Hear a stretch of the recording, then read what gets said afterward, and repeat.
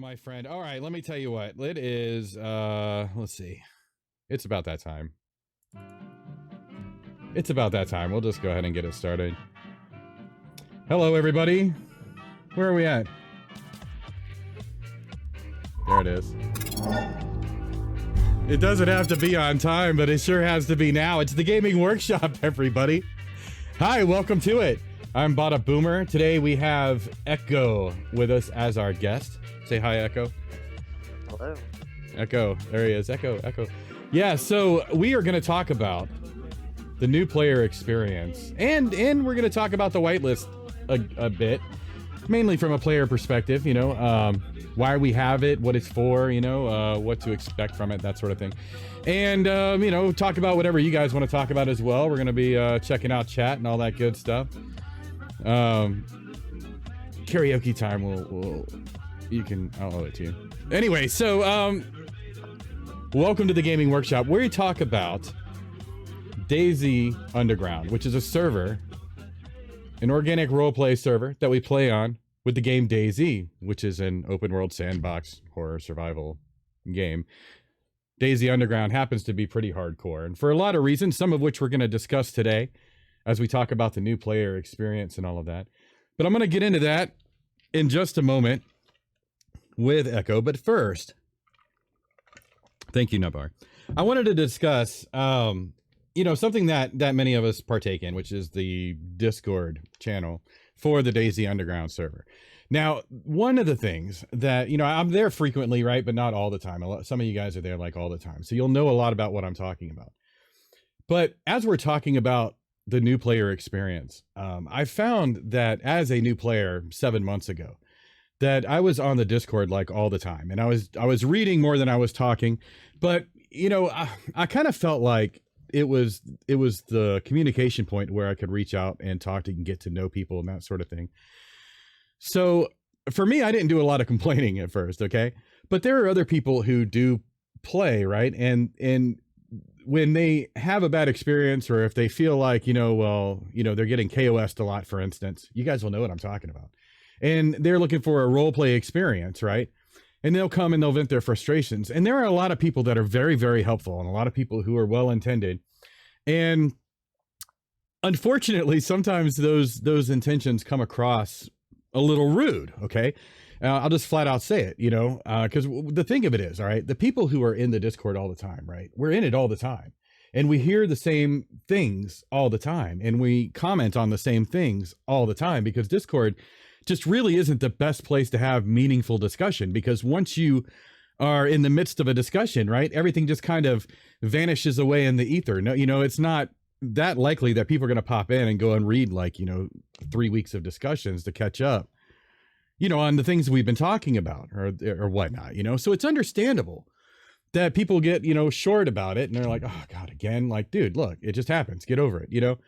Because when you're a new player, right, and you're brand new to the game, and you're all hopeful, and you've got all these ideas, you know, and you maybe you've put in the whitelist. And by the way, coming in with these kinds of ideas, if you're not getting accepted on the whitelist, this might be why. Okay, so you should pay attention. That's why I wanted hopefully new players will come and watch this, because I mean, we're going to tell you right now, and I think that's a big mistake that a lot of people make. But we'll get to that in a little bit. My point is that we're trying to foster a community, right? And we boast about our community. That's like what separates Doug mainly from most other servers. So what, you know, when new players come in and they have like this problem with being KOS, you have to think about it. Like, maybe for them, they really are like, this is their only experience. They don't have the months or years of experience where you've had like this well-rounded, nurtured experience, right? Yeah, just don't get KOS, right? Well, we laugh about that. But does a person hearing that laugh? You know what I'm saying? Or do they go, well, gee, man, these guys kind of suck. You know, why would even bother trying to integrate here? And I feel like that's unfortunate, because, you know, not everybody, you know, fits perfectly with what we're trying to do here right away. You know, sometimes it takes time, you know, to really get a feel of, I mean, that's why we have the whitelist, and we'll get to that again.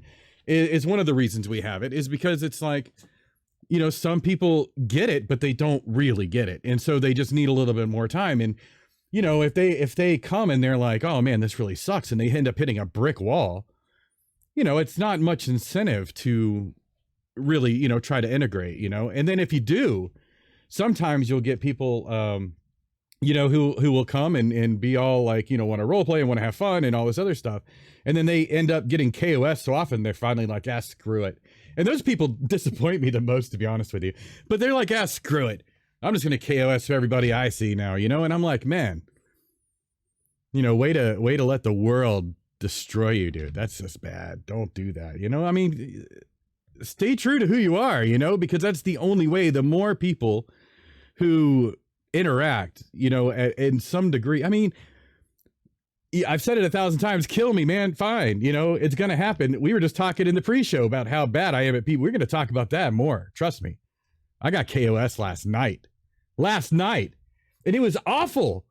I had a rifle. Oh, I'm gonna end this now, but you guys get the point. Just try to remember what it's like to be new somewhere, you know, and to be reaching out. And that's usually it too. Cause keep in mind that the people that really don't care, the people that really don't want to get it, just leave. They don't even bother saying anything, you know. The people who are trying to communicate with us they're trying to figure it out, you know. Otherwise, why would they say anything at all, you know? So I'm just asking you just to, you know, try to keep that in mind. Not every comment needs to be replied to, you know. And so, you know, so if it's like your comments are just short, yeah, don't get KOS, dude, that sucks. You know, it's like, it's not helpful. But you don't have to write like, you know, a freaking essay every time either, but you know, just be nice, man. That's all. Sorry. Ekho, what's up, buddy? You still there? I'm just reading the chat, and they're bringing up some good examples. I'm just like, you know, because it's like I'm very passionate about the community here. I mean, really, because I mean, seriously, that's what it is. I mean, it's like you could role play places, you know, and I guess there are role play servers where they don't let you KOS, and it's, you know, whatever. Like I said, I was KOS last night. I'm still a little irritated about it, but it's not because the guy attacked me. It's because I suck so bad that I let him kill me. That's how it felt. Like I just let it happen, and it really sucks. And it's because I don't have the muscle memory for combat. You know, it's like, hell, I mean, I use my Stream Deck to do my my emotes. You know what I mean? Because I can't remember all the, you know, the F keys and everything else. It's like so much easier. I can just see, you know, what I want and hit it. But you know, there's no easy button for combat. You got to learn it. And it's just there's no way around it. You got to learn it from the ground up. Well, I'll tell you. All right, so look, it was like everything was going that was going wrong could have possibly gone wrong. It was like I had been trying to get out of town all night, and people kept showing up, which is fantastic. I get like I have so many interactions, wonderful roleplay. It's fantastic. But I finally got away from everybody. Everybody was gone. You know, they were off doing their things. And so I'm like finally getting out of here, right? And I go and I'm like right on the edge of town, and it's pouring down rain, so I can't hear anything, and it's all dark, you know, because it's not like night. It's getting to be night, and or getting to be morning actually.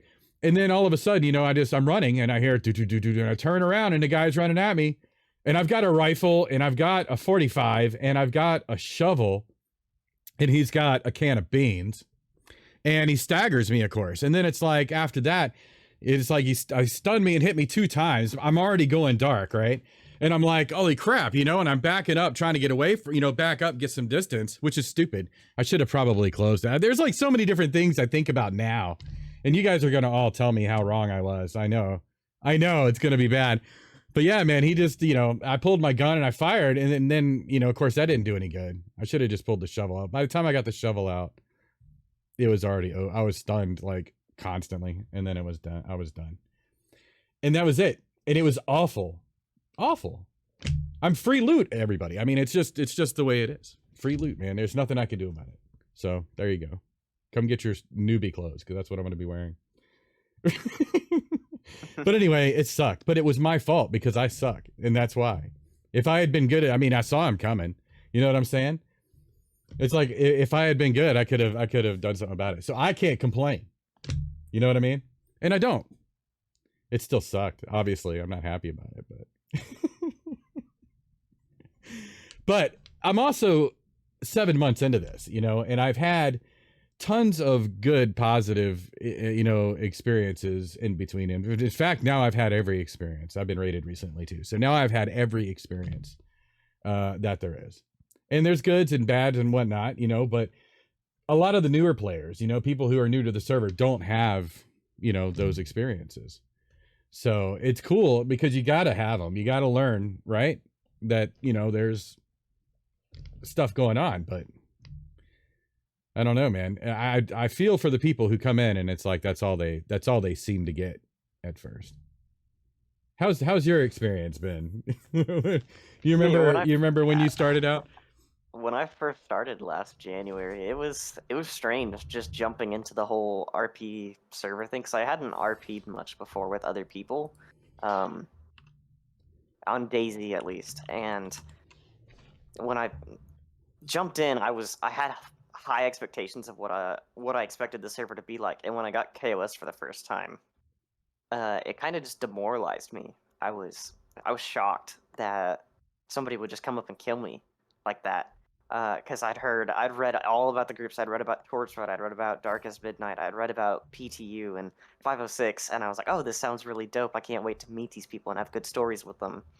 And for the first 2 weeks before I joined a group, it was just struggling to survive, trying to keep an eye out for people. Anytime I saw somebody, I ran in the other direction for fear of losing stuff or just being killed and sent back down the coast. Yeah, that's funny, man, because I felt the exact same way. Just a few months ago, I felt the exact same way. And I still do to some degree. Like, some of it I don't want to lose entirely, because I feel like if I did, then I might not have that sense of dread all the time. And it's so weird. People make fun of me for saying it, but I play this game to relax. And it's like constant tension, like the entire time you play. The moment you don't feel tense and nervous is when you get killed. That's when it happens, more often than not. For me anyway. Last night for sure. That's the way it went.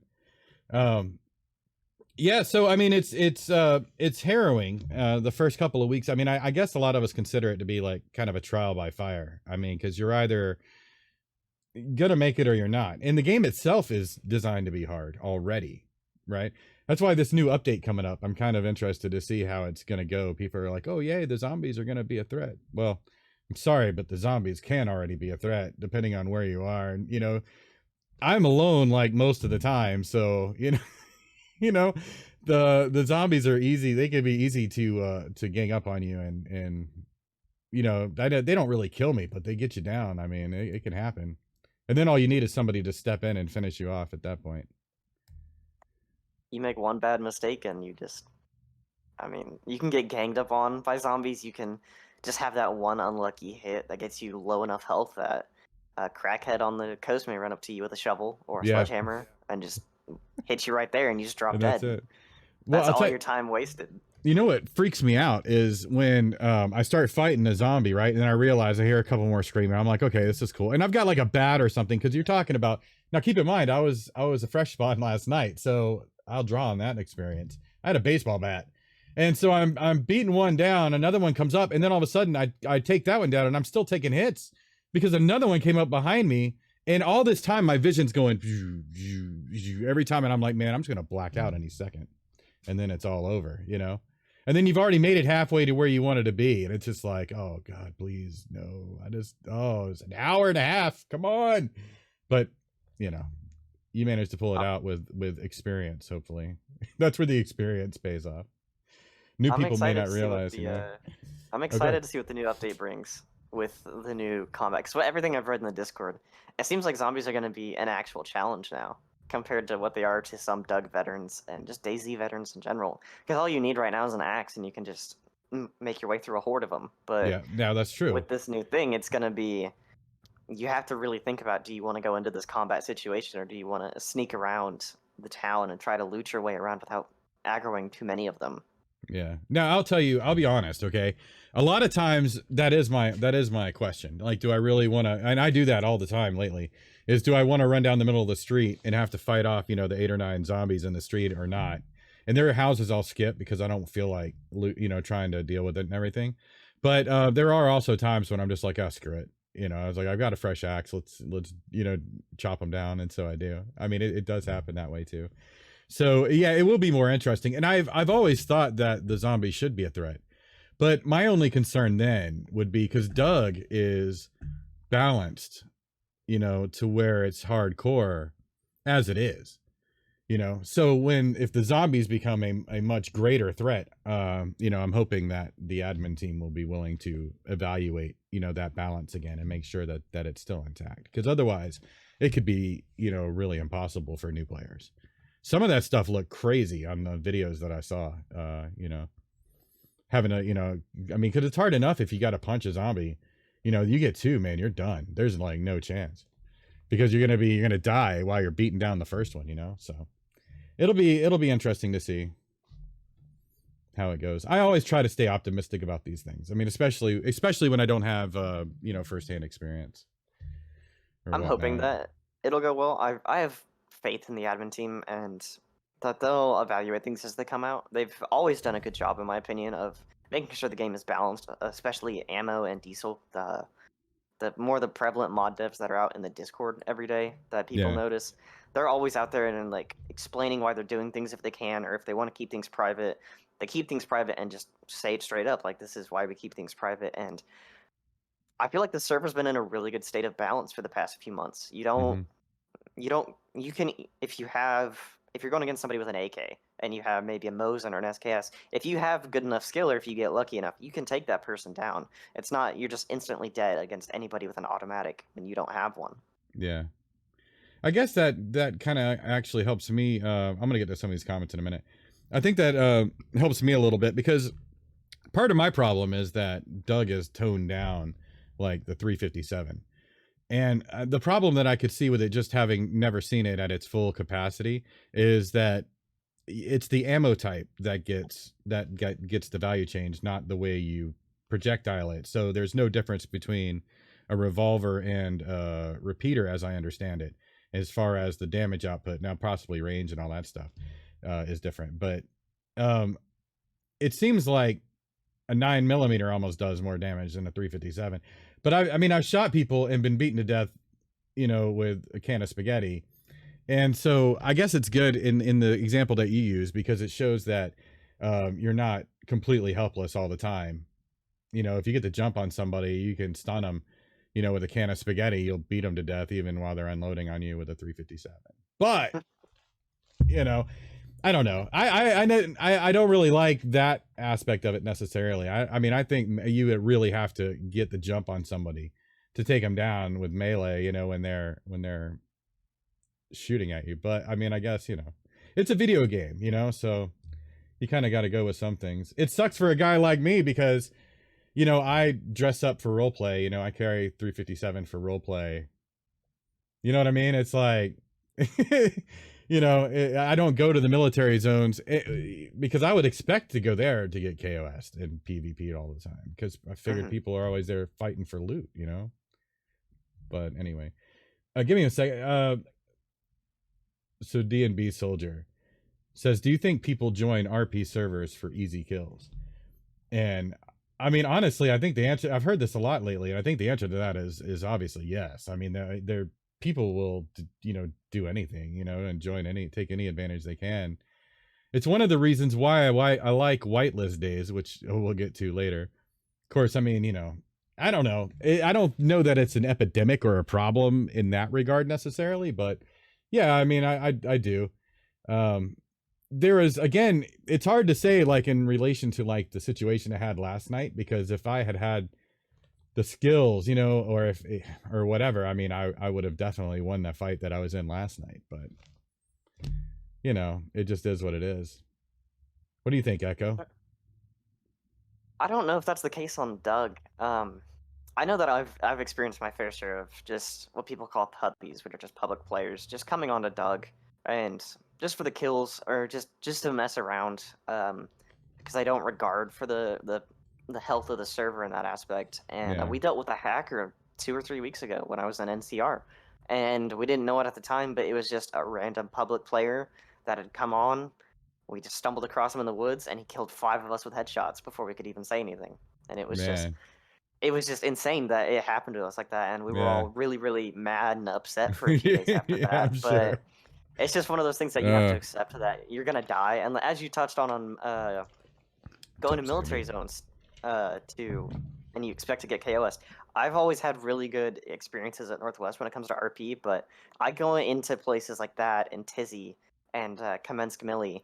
Anytime I go there, I have the mindset that I'm gonna die. So if I come out with anything, I consider it a success. Yeah, see, that's pretty good. I mean, but it's really honestly, you can feel that way anywhere you go on this server. I mean, really, there's no reason to not. Like I said, the only times I really feel like I get killed or someone gets a jump on me is as soon as I feel relaxed and just chill out. But I don't know, man. On my toes. I think that here's another perspective, right? Because you know that I've lived on the coast, or my character's lived on the coast for a long time, and I've seen several groups on the coast, and of course you get all the fresh spawns, people who are new to the server. Sometimes, people will join without reading the rules. A lot of people will join, not care. And then, like, as mentioned, they might come and think, oh, well, it's going to be easy because it's RP. I'll tell you one thing. That is one thing I liked about having a PvP group on the coast. Because, people who would join in, to trying to find a fight would usually find it with people that could actually fight. And, it was kind of fun that way. But, no, I've seen instances, right, where most of the things that I've reported where people have been, jerks or whatever, it seems like it's been random people, not Doug people, you know what I mean? Not regulars. So, at least that's the feeling that I get from it. So, I don't know if that's always the case because, of course, I'm not an admin. But, and that is actually a good question for the admins the next time we have them on. I would be curious to know what the percentage of people who get banned are, like for people who actually are new to the server or people who have been here a while. That would be an interesting question. They'd probably tell us that. I can only recall like being called out a few hackers in the Discord when people at the admins saying that there's that, but there's always stuff that goes on behind the scenes with that. New players that don't understand the rules, don't understand the don't be a jerk rule, or because we had a guy in NCR that wanted to go hit people every day, and I had to explain to him that we can't do that. That's against the rules. And he said, well, that realistically makes sense that we would go attack them every day. And I'm like, I know, but you have to remember, there's another person on the other side of that screen. There's somebody that actually has feelings on that other side of the screen. And then we have to respect their play styles as well. Yeah, I know how that feels, man. I think most people know by now that I like the whitelist days. We'll get into that in a little bit. We can get into it whenever you want, Ekho. In fact, because the whole experience it kind of blends together anyway. But before that, I guess let's see. Hold on a minute. Let's check chat real quick. Yeah, it's all stuff we've already addressed.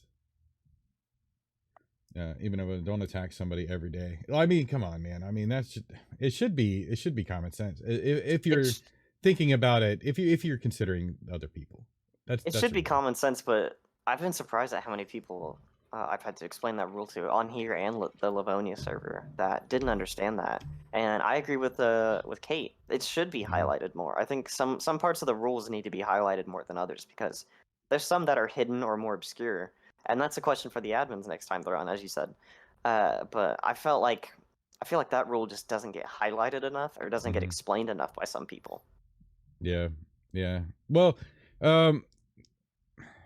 maybe we should just do a whole nother show about it. Just a focus, one focus on it. Well, because when I touched on that subject the first time, it was during episode 2, and it was on a Wednesday night, which is like waitlist night and nighttime, so like there was hardly anybody there. It would be good to talk about it again and to have like more people like we have now showing up, because it would be a good discussion. But that is part of the new player experience too, at least for the people that really care, is making sure that they're well aware of all this kind of stuff. But yeah, I don't know. Here's the thing, okay? The KOS sucks, right? And it sucks when it happens to you. I think the only people that could like it are the ones who do it, and enjoy that type of play. I'll tell you the effect that it had on me real quick last night, because I was actually on my way someplace else to go and do something else. and got just randomly killed. And it took 3 hours to get back to where I was, which was like, you know, the end of my night, because I was actually overdue at that point. But yeah, it's just like, it was just disruptive. And actually, I always try to look at the bright side of everything when these kinds of things happen, right? Because sometimes you'll find like a box of nails, or, you know, something or something, right? There was absolutely nothing last night, except that I made it back from like Solnichi. I made it back like on my first try. That was cool. And it's good to know that I can still do that. But that made me think of the new player experience again, because when you first come onto the server, and I watch people complain, oh, I can't find food, I can't find a knife or whatever. I remember what it was like when I started, and it was a couple of updates ago.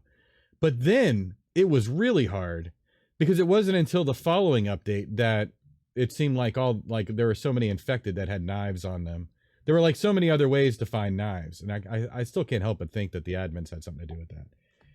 But, you know, I was like, you know, it was a lot harder even when I started.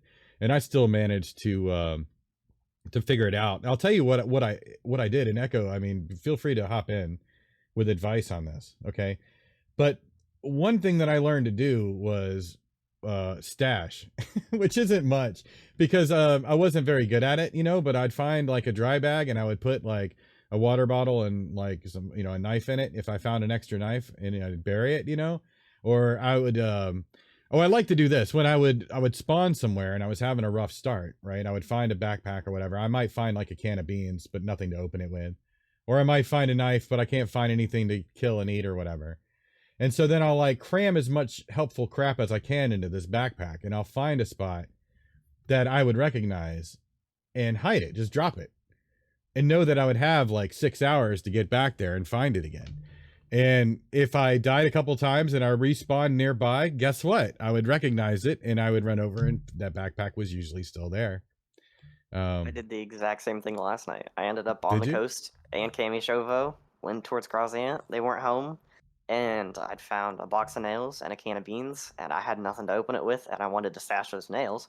So I went up to Rog, got lost along the way, which is fun. The fun of it for me is getting on the coast and getting lost in places I don't visit anymore. And I stashed the backpack, and I just ended up dying a few more times, and I never got back to it. But it was just there in the back of my mind that if I do spawn there, I know that there's food there. Yeah, that's cool. And I'll tell you, there's been a time when you know, I was playing, and I actually did this when I was streaming one night, and came across a bag full of, or you know, clothes full of stuff, you know, and I was like, oh my gosh, you know, and it's like, this must have been somebody's stash. They died. Like, oh well, that's a bummer, you know, but it helped me out.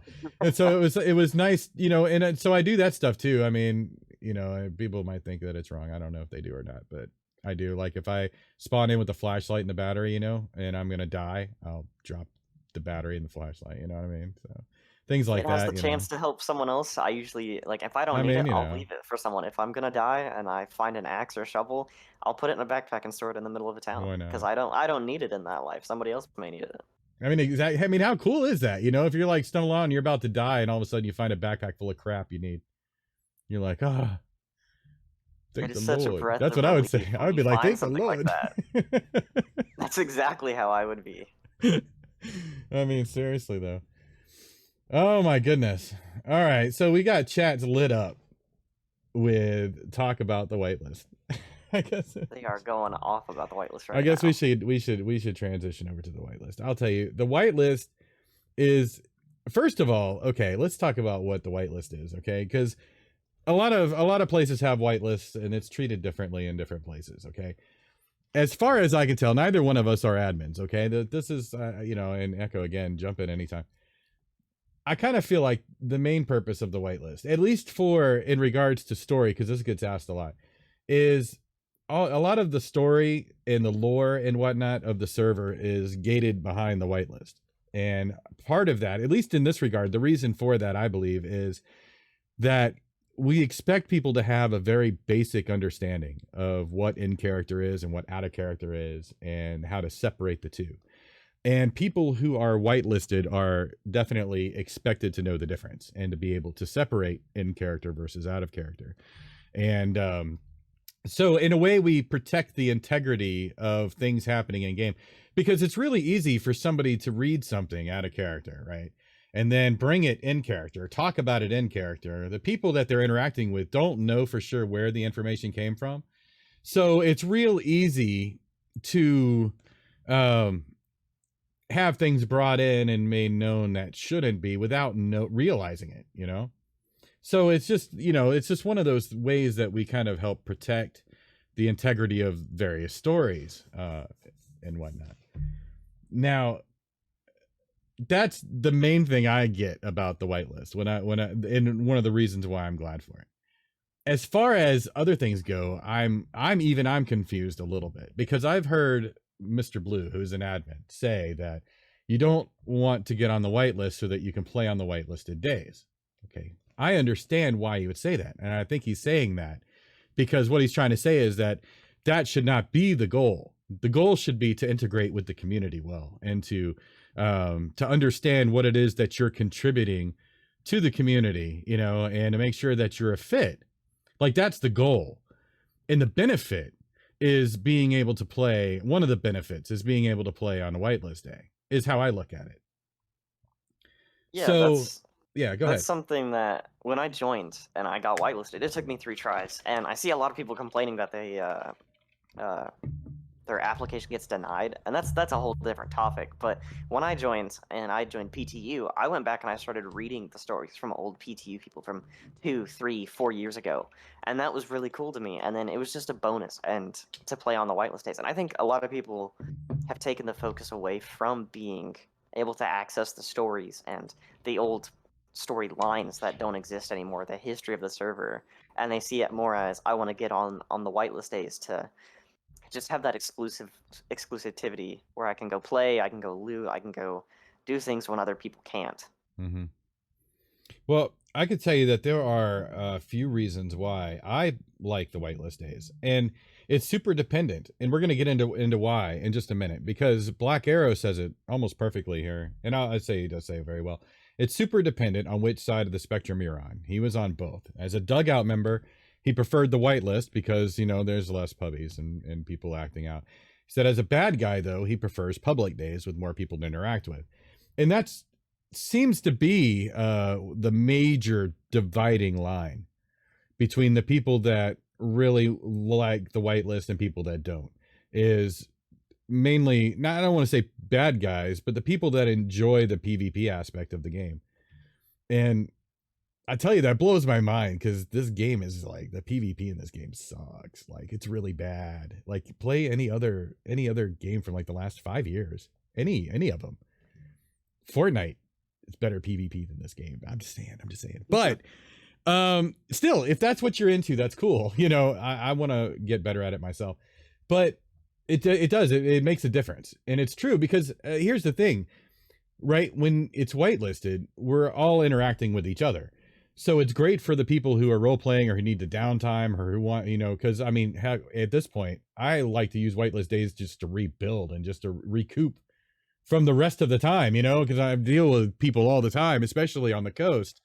But yeah, I mean, it's like, when you want to be aggressive and all that, do you want to always be aggressive with the same people or the same players? No, you need new people to come in and to interact with. And if you are playing a bad guy, then yeah, I mean, it does get old to have the same people on your case all the time. There are rules that prevent it now, you know? So like we were talking about earlier. So I kind of get it, you know what I'm saying? But, you know, and the other thing though, and don't get me wrong, guys, right? There's nothing wrong with PvP or people that enjoy it, or even PvP and DayZ, and as far as if it's something you enjoy, like I am all for it. Don't get me wrong. It's just that I mean, gosh, man, there are so many other games to play just for PvP. Like, you're really missing out is the thing, if that's what you're here for. You know, there's so much more to this server. Is my point. Yeah, I mean, go play.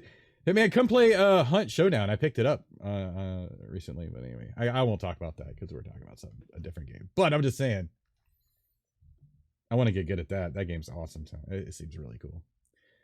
But okay, no, let's see. It's not even about the PvP. All right, this is Harvey. But the ignorance. If you're whitelisted, you're probably going to avoid certain areas more than others. Okay. All right, that's fair. Or seek out your enclaves. No, not that one. To chill, right? That's true. People don't always have that knowledge and will flagrantly disregard it for whatever reason. Okay, that's an interesting point too, because I hadn't thought of it that way. I think on Whitelist you have some people that pop up that they try to go experience stories, and as Harvey was saying, as a bad guy group, it's hard for them to get constant holdups on whitelist days because the population may be down, or they just know that people are going to try to avoid them, try to avoid their hunting routes, quote unquote. Uh, and some of my best experiences have been on public days, Yeah. just being on the coast or just meeting new people Mm-hmm. that have heard about the server and they come up and they try to take the roleplay seriously, and you can tell that they're new, but they're still trying their hardest. And just because they don't have access to the whitelist days or the Reddit, they're still putting forth the effort to make themselves known in the community, and they're still trying to put themselves out there and put themselves into situations like that. That's a great point too, man. There are I was at one point streaming only on whitelist days, and it wasn't even on purpose. It just I realized it one day when I started streaming DayZ regularly, or Doug regularly. And so then I even ended up changing a day because I was like trying to start a group or trying to get new people involved and whatnot, and I wasn't able to do it because I couldn't play with them on those days when I was streaming. So that's why I dropped my Sunday and picked up a Monday, which is actually gonna come pretty soon for fans of Bottom Boomer. But yeah, so I even tried to avoid the whitelist to some degree, but I don't know, man, because it's like everything that I do is like story driven, or I try to be. And it's an interesting thought about the Gorka thing, because I mean there are reasons for me to go out that way. It's funny, the reason, because I was thinking about it. Why don't I, and why haven't I? Because I've been planning to travel around South Zagoria anyway. But yeah, I was like, well, I guess it's because I usually only have like 2 or 3 hours to play. It'd take me like an hour to get there, maybe an hour and a half. I wouldn't have a lot of time. I'd really want to get back, and it's just crazy. It's like laziness almost. Or complacency maybe, or just worry that because everything's gonna despawn on me. It's just like I like to be at base when I'm done for the day. It's just the way it is. Of course, no, I don't mind at all. Seymour, hop on in, man. Seymour's gonna join us. I know he's got the kind of the other end of the opinion on the whitelist stuff. Oh, I'm coming in with the hot takes, baby. There you go. That's right, man. No, I just wanted to maybe clear up, I guess more of the misconception, I guess, about why people, at least right now, are iffy about whitelists. Yeah, no, do it, man. I can gather. And I think some people maybe think it's like, oh, you just don't want whitelists, so you can go around and PvP, and at least I'll give my perspective first, but for me, I play this game for interaction. Like DayZ as a game is very lackluster. There's not much to do. Like I know on its own. Yeah. And the interaction part is what makes it fun. So when you run around the map twice and you find one person and they're behind a wall, it's like, do we like, what's the point of this if there's 20 people online? Half of them are going to be in a base, the other half are out, so there's like 10 people on the server roaming around actively. It's like it doesn't matter if it's only community members, if I'm not going to run into any of them, and I'm not saying we should get rid of whitelist completely, and there's obviously needs for it, and especially during like summer where you have bigger queues. But I think at least right now it's not about coming in and just so we can PvP everyone, and it's just for the fact that it's like it makes the game, like I think Harvey said, base building days or stash resetting days or airfield days, because there's just like nothing to do. Yeah. No, I appreciate you coming on and bringing this perspective. This is kind of why I wanted to do a show about the whitelist from the player perspective, because I mean, it's such a broad issue and there are so many different aspects to it. Because I feel that, man. I mean, I could tell you, I mean, look, man, I run an aid station most of the time. I'm around the same place. when I get on, I'm not always wanting interaction because there are times when I do need to rebuild, resupply, or whatever, and it's hard to do that regular times. Not impossible. I mean, I do manage. You know what I'm saying? Like I know how to play. I'm pretty good with the server now, but that's kind of the experience that I have. If I was out, and it's gonna happen because, like I said, I'm gonna be traveling more anyway. So I'm going to be looking for that interaction, maybe different styles of it, but still the same. And when I don't find it, it is going to be disappointing. I mean, there are plenty of times I've gone to a base looking for people and they've not been there. And, it's like, damn, man. And you just traveled like 2 hours, to try to find something, and there's nothing going on. I can understand that. Yeah, for sure. And like I said, I know everyone, I think, has obviously a different perspective on it because there, I'm not going to disagree. There's obviously a line between maybe good players and evil in terms of, what your alignment is. Because if you're out looking for people to hold up, then you're not going to find anyone. But maybe if you just go down to I don't know, the coast. But even to me, like, a good player, like, I don't know, like a Firefly kind of group, or something, still wants interaction. They still want to go out and interact with people. But I think your general, like, play style, I can understand a bit more why you might want whitelist days, because you don't want a bunch of, crackheads coming around 24/7 and ripping your tents down. Yeah, Um, yeah. so Yeah, I can get why that would be annoying. See, and that's really what got me thinking about it lately, because we did have that happen. I mean, we had a compound with like 8 improvised tents, and it was just stocked full of crap, and it was like I always expected that people would take the crap, I mean, it's shovels and radios, and just stuff, that people might want. But yeah, just one day, man, we came in and I mean, just everything was just despawned and dismantled. They went through all the logs inside the buildings, dismantled tent. Now, obviously, this one got reported, but it was still that non-whitelist day kind of thing. It would only have happened on a non-whitelist day. You know what I'm saying? So it's like, oh well. I mean, you got to take the good with the bad, because we cannot thrive as a community without new players. Like, it's just not going to happen. I mean, because people get burnt out, people get tired. How many times can we double cross each other? You know what I mean? And it just keep be new and fresh and fun, before it's just like, whatever. And just all these different things, so we need new blood. We need new people in for sure. Plus we also don't want, it's like, you guys are pointing out, whitelist days, it gets stale. And that one still kind of baffles me. Maybe you can help me with that. Is, how whitelisted people don't want to play with whitelisted people. I was trying to chat about that in Discord, but again, it just doesn't come across very well. But I guess that's not as big of a deal as it seemed. Like maybe it was just a vocal minority at the time saying it. But I was just like, man, it really seemed like that was the attitude. Like, I just get tired of playing with the same people all the time, or we know that, these amount of people aren't going to be in play, so why am I going to bother? And it's like, well, if you don't bother, then it's never going to change, because like I play on whitelisted days and I, play on non-whitelisted days now too. But, I mean, it's like I wasn't here before, but I'm here now. And, I'm just one guy, but there's more than just me. And if we all play, on those days, it seems like there would be more population. But, again, I've only been here like 7 months. And when I started, we had what, 3 whitelist days, and it was at the beginning of summer or at the end of summer last year. So it was like, and everybody, I mean, it was pumping, dude. I mean, there were 40-man, 50-man queues on the regular.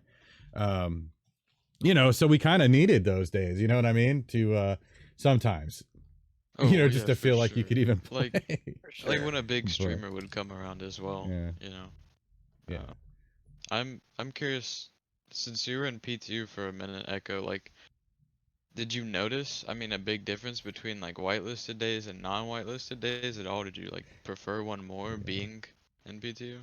I think as a group we collectively preferred the whitelist days because it just allowed us to rebuild and restock and get inventory of what we needed, and it allowed us to go to places like Zelenogorsk and Vigil, and we would be able to see if they had anything to trade, or if we could go and refuel from them from stocks on stuff that they may have owed us or we owed them.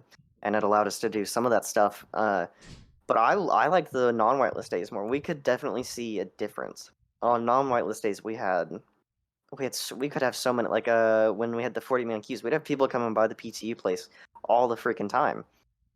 Whether it be people without a group, or it was Rangers or 506 or Black Sheep or Vigil or Islanders that would come by.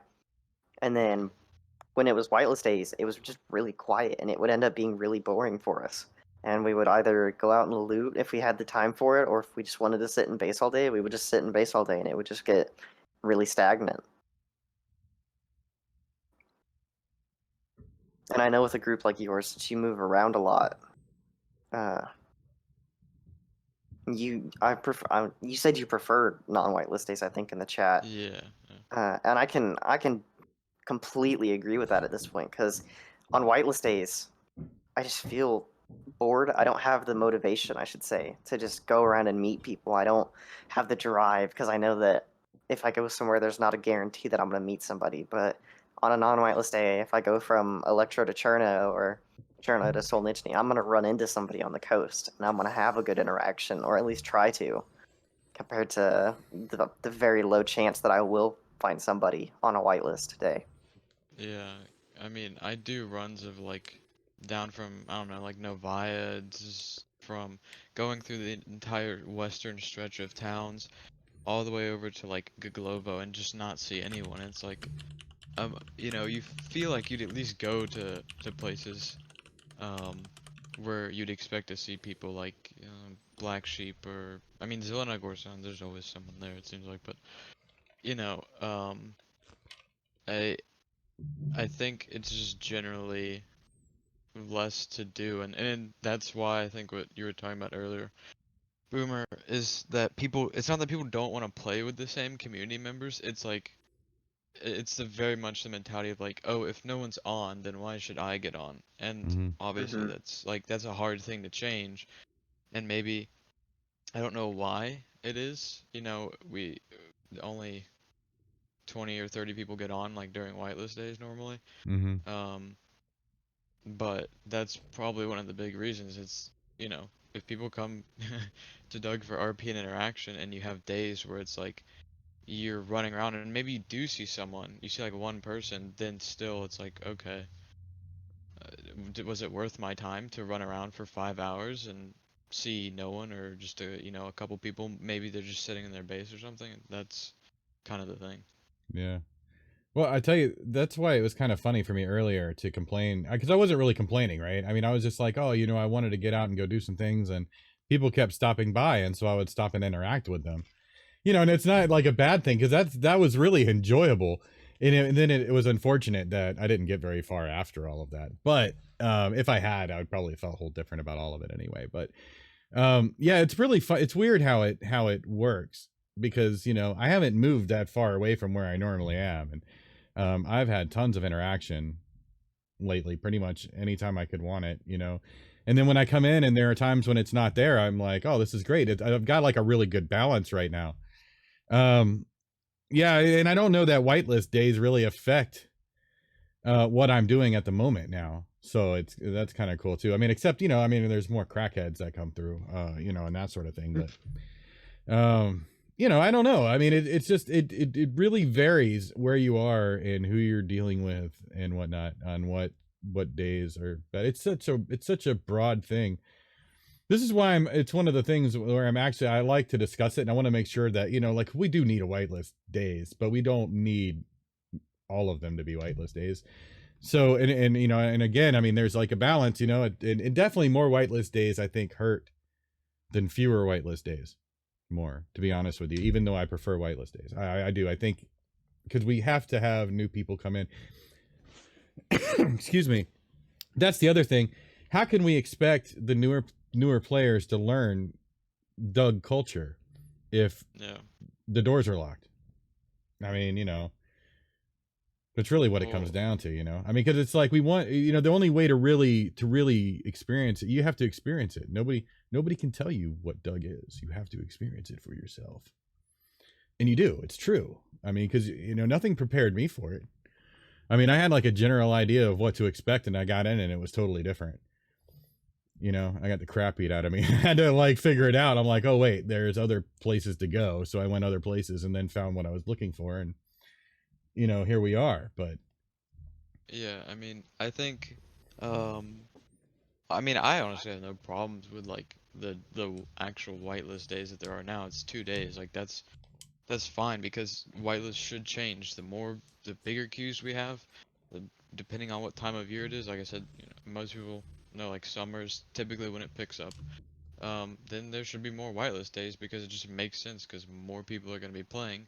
Server will fill up and then you can cut on some of those queues. As well as, it's you have that incentive still, but I'm glad that they looked at it and saw, like Friday had the least amount of players out of all the whitelist days, and they said, okay, we'll just remove that for now. And like, if it can change over time, depending on what the server needs, that's good. But like, I don't think Mhm. honestly, at times when there's not a lot of people on during whitelist days, that there should, be more added or anything. No, definitely not. I mean, look, you know, it's I'm actually it was inspiring to me that, you know, the people were mentioning there was a problem with the whitelist, you know, it was just way too low, and that the admins actually looked at the numbers and made a decision. It was funny because Friday wasn't even a day being discussed by the people at the time, you Yeah. know. Everybody was after like Wednesday or Sunday. Or I think it was Wednesday, and they were like, "No, actually Friday's the least." And that's the one they got rid of, and it made sense, you know. So you know, I like to see that decisions that make sense happen.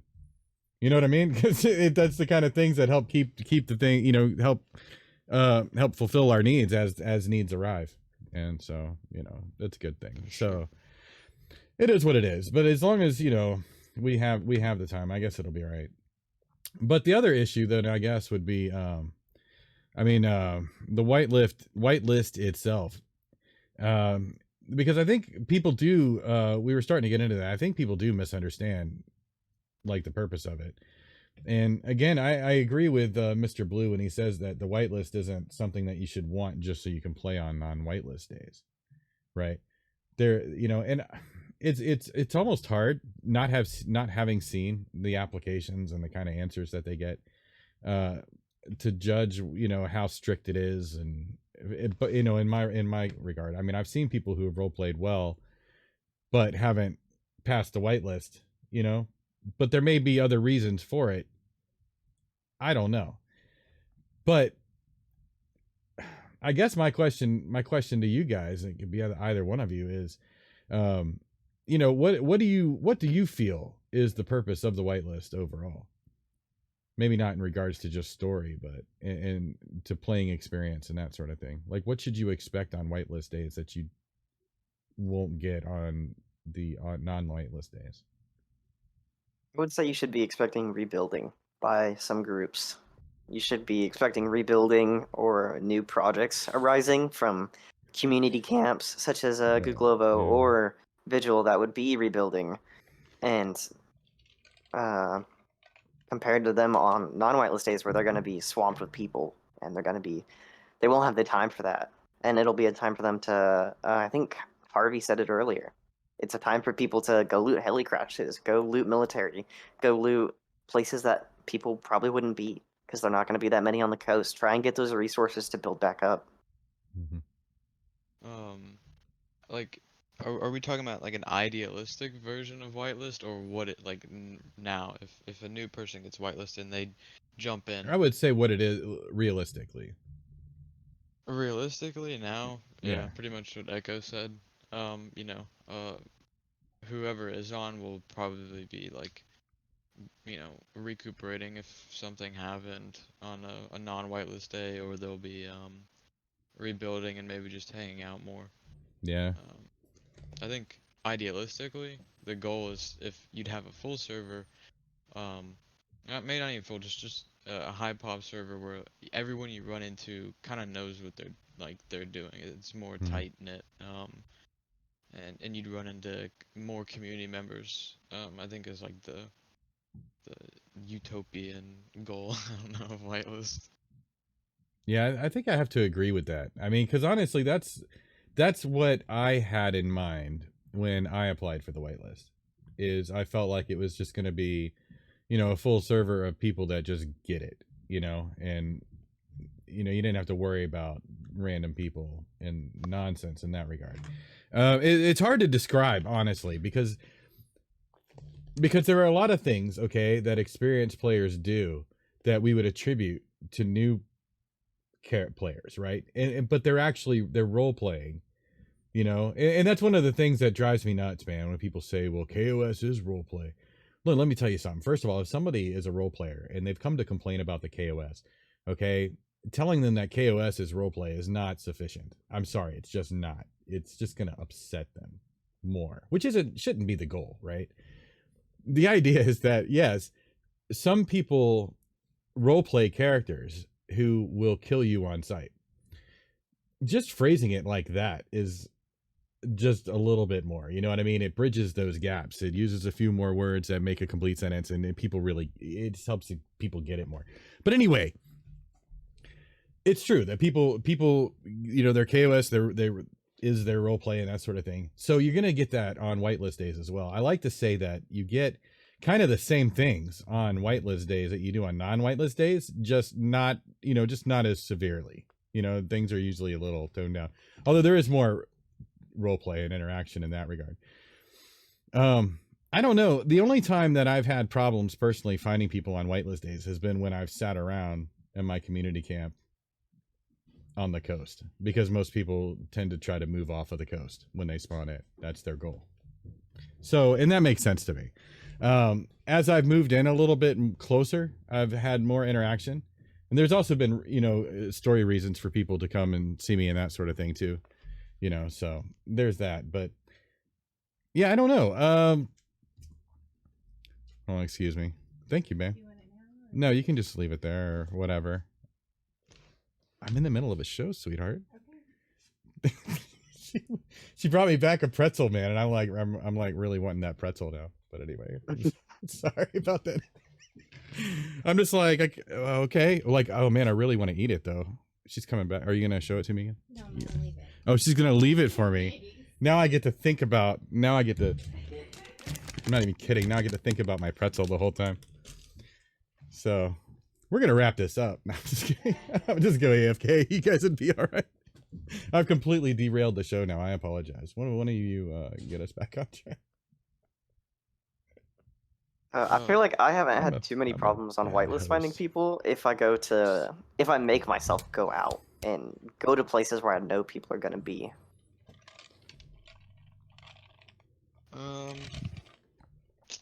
Like I'm personally, I still am a bit like iffy on that, just because they'll just get calorie stacked and run across the entire map. And I mean, yeah, it's not like every day I'm just never running into anyone on whitelist days. That's obviously not true, but it's definitely I think a bit more toned down. But like on whitelist days, usually I would just go to like Boar or something, honestly, because that's like a guarantee that there was someone around there. So I can't imagine how disheartening it would be for a group like you or like Dark as Midnight, who rely on that interaction from people, and they just spend hours looking for something like that, and they just don't find people. So yeah. I'm actually going to forget the point that I was just going to make, because that is actually very amusing to me right now, what you just said, because you're talking about how damn, it can run around for hours and not find interaction and whatnot. And so this made me laugh, because I was watching, there was a clip from Kate posted last night where she was streaming or whatever, and she found like 2 4-dials in a row. And that was pretty amazing. Like there were 2 sheds right next to each other, and each one had a 4-dial in it. Okay, that was cool. What was funny to me about it, that was cool, all right? But what was funny to me about it was hearing the conversation where they're like, I don't really know anybody needs any 4-dials, man. I just hang on to them. We might need them later. I'm like, and this is probably because of their lack of interaction right now. Because if they were hitting people up, they wouldn't have this opinion. But it's just kind of funny to me, because there are people like dying for 4-dials right now. It's just hilarious, But it made me think about that, because I'm like, yeah, it's true. I mean, because if they were, they wouldn't be out running around looting around if they were, finding people to scare. Well, I think also with things like the building change, that was an awesome clip, by the way. it may have somewhat decentivized kind of having a much bigger base where you just maintain it all day. Maybe, I mean, obviously people still have bases. I don't mean to be the basers guy here, but like, you know, Yeah. I think some of the other changes as well, like I wouldn't even say that's as much of a whitelist thing. It's literally just more of a like, um, yeah, there's definitely been more of a mentality shift, I would say, from what I've seen in the past couple months, or at least since the past wipe. Um, about I think getting out more and just kind of uh, maybe pushing stories more and whatnot overall. I think most people would agree that like in that regard the server's actually better than it was before it. That's at least what I've seen. Yeah. Well, I mean, I'll have to tell you, in the last 5 months or so, I mean, I've had a blast playing on Doug. I mean, you know, the high points and the low points, even times like last night, I still ended up getting where I needed to go. So, you know, all things all told, you know, it turned out okay. But yeah, there's a lot of ups and downs, man. But you learn to roll with the punches, man. Um, that's something else that I would kind of like to think that whitelist people might do a little better. Usually, I don't think that's true though. I think that I might expect people to, but because even I, you know, I get hot, man. I don't get like angry, you know what I mean? Like, screw this game, I'm done, you know, when something bad happens, but it hits me, you know, and it's like, damn it, you know, and then you think about it too much and you're like, you know, and you get upset and whatever. But I, you know, wash through it. I mean, you know, it only takes me like 5 minutes usually before I'm like, you know, and then it's like with me for a little while longer, but Yeah. you know, I don't know. I mean, but I guess there's like a level of maturity, you know, that I've accumulated over the years to where it's like, you know, I can remember that it's a game. I can, you know, not let things get to me quite that much, you know, and all of that. But I kind of think I would like to think the whitelist kind of separates those people some as well, though, you know, it obviously isn't perfect. But I mean, maybe should we even consider something like that in a whitelist? Consider what exactly? Like, you know, like how, like trying to determine maturity level, because, you know, I mean, because it's like I think that it's a necessary component in the fact that, you know, because people will get mad, you know what I mean, and you got to be able to handle that, you know. You got to be able to handle yourself, you know. But it's hard to judge, right? It's hard to judge. Like, I know Doug, in terms of the applications, they used to be like pretty much 18 up, but like once there's people where they're like, okay, maybe you've shown your a bit, they even say, I think, in their thing, like they know that it's not, your age isn't directly tied to how mature you are or whatnot. In that regard, in terms of actually getting into whitelist, then I think they do a decent job on that, I guess. But like, I don't know, it's a game. People, no matter what their age is, are gonna, rage sometimes and get mad and complain about things. I think everyone does at some point. So I mean, that's not always something that you can like really just be like weed out. I mean, you can weed out people who are like really just constant problems, but past that. But yeah, it's usually after the fact that, you know, because they have to present themselves to be constant problems first, usually, Yeah. to realize that. But yeah, it's interesting. I would almost like to one day we might be able to get an admin on to talk about the psychology behind the whitelist, because I do find it interesting that people complain about it too, the way they complain about it, and they say things like, I don't know how just a few questions, you know, are supposed to, you know, determine if I'm a good fit for the community. You know, because I'll tell you right now that it doesn't necessarily do that at all, because, you know, people change. I've mentioned it before, you know, I've been a pretty good fit for this community for a while now. That could always change. Some life altering thing could happen and I could sour on everything, and then that'll be the end of that. You know what I'm saying? Like, people won't want me around anymore. it could happen to anybody, at any time. So it's not a matter of like, ooh, I'm, I've got it. I'm one of them, It's a matter of, I think part of it is showing an aptitude to understand that you may not know everything, and being, willing to, absorb the stuff going on around you and let it, and, to actually become a part of something, I think is probably one of the things that they would look for, Oh, well, yeah, I mean, I can tell you that's exactly what they look for, I think, because I mean, that's the whole point of the whitelist, is to, you're not joining for the server, you're joining for community. Yeah, that's it. And it's funny because it goes back to that question of whether or not I feel like people join the roleplay server to get easy kills and stuff.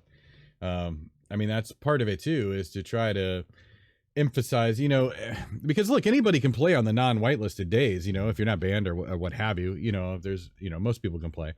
And so, you're going to come and do whatever you're going to do. If you're a jerk, people report you, you're going to end up getting banned and all. But I mean, it's like, you play however you want. That's what we want anyway. We just want you to understand that there are limits, and that there are other players and people and that sort of thing. And I mean, it's really not, I don't feel like it's that hard to fit in with our community. I feel like we're very open and welcoming, in every possible way. I mean, I'm old white guy, people like me, and there's people of all different, nationalities. We got people all over the world, and it's just like we all really get along, and it's not hard to do, but, and I guess it's always, it's healthy to vent too, by the way, just so people know. I do it myself.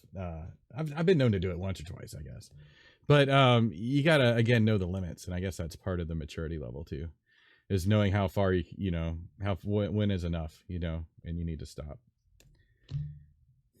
Because some I feel things like the just don't community really really change. is open-minded to new players. Because when I first joined, I had people that were constantly asking me like if I had any questions about the server or about the groups or about the history. And so when I meet new people, or if they join the group I'm in, I always tell them, if you have a question about any of the server lore or the history or what's going on in the world right now, just feel free to ask. Like, that's what I'm here for, is to pass that knowledge on. Mm-hmm. And I've never had a bad experience joining a TeamSpeak or a Discord call. And every time I do, people are like, "Hey, Ekho, what's up? Like, how you doing? Are you okay? Like, how's real life stuff going?" Like, they're always checking in on me, and they're always making sure that I'm having a good day. And I try to do the same thing to other people, just to continue that wealth of generosity. Yeah, man. I that's one of I mean, there's so many different things that I like about this community, and so many reasons, people like, oh, thank you for doing all this stuff. And I'm like, man, it's like, if this community wasn't what it was, I would not be inspired to do anything. You know what I mean? I would just be here to play and keep my head down and do whatever. But um there are so many things about it, and that's a big part of it. That's why it's like, I didn't, I said what I said in Discord, and Seymour called me out on that, which was, that, I was like, yeah, we could stand to improve, or I said something like, oh yeah, I don't know, like, true statement to somebody else saying that we could be nicer. And then it's true that in a lot of ways the Doug community is nice. This is why I kind of wanted to address it today. Even Nutbar mentions, we were very opening and welcoming to Nutbar, and that's true. And the main difference probably is that Nutbar didn't show up and start complaining about something that, people hear about all the time and get tired of hearing about. And again, it's like those specific times. That's why I try to be very specific at the beginning of the show. Those specific times are when where I think we could use the work. But overall, I mean, I can't say enough about the Doug community and how welcoming and friendly we are. And I mean, we put up with each other's crap just like a family. I mean, it's weird, but it, I mean, I'd definitely say, like, if you want to look at it this way, it can go to the way you play this game in general, and how you act as a person, because I would say DayZ's pretty divided, for the most part. You have ultra modded, like, trader servers on one side, and you have like Doug style RP servers on the other.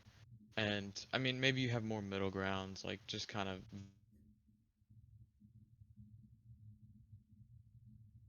and then you start complaining in Discord about, like, I can't get whitelist, or like this the same things, and you have like a bad attitude about it, people are obviously Mm-hmm. like not gonna like you for that. But if you come in and I've seen people who like, I didn't get accepted this time, but I'm gonna keep playing and do it again. And then people are always like, yeah, it's like the right attitude to go about it, and everyone's, you know, likes people who have that kind of mindset. I Yeah. think Yeah. you could definitely, I don't know, say that, um, depending on where, I guess, how you come into the server, first impressions can be pretty big. Yeah. Yeah. I agree with that. Um, because it isn't how you present yourself. I do admit there are times when people are just, coming across and are just kind of rude about their complaint, and it's an official complaint, and I get that. And people are pretty, because I think the community has a good vibe when it comes to what someone's intention is, because if people are just coming in to complain and cause strife, that stuff gets shut down pretty quickly. But I do think that there are some times when it's like people are being genuine, and it's like, and then they try to. The problem is the way I see it in the arguments, and I do this all the time. I don't do this. I don't notice it when I'm doing it, right, or when I'm in the middle of an argument or a debate or discussion or anything like that. I never notice it when I'm doing it, but I see other people doing it, and they'll come in and they'll make their case, and then people will reply, right, and then they feel the need to defend their point. And it's like, okay, because the reason they do that is because they don't feel like they were heard, and I don't really know how to make people feel heard. I'm not very touchy feely. Like when it comes to that, I mean, I listen to people and I respond to them and I repeat what they say and things like, there are tactics you can do, but who wants to do all that on Discord anyway? I mean, gosh, man, who's got time for that?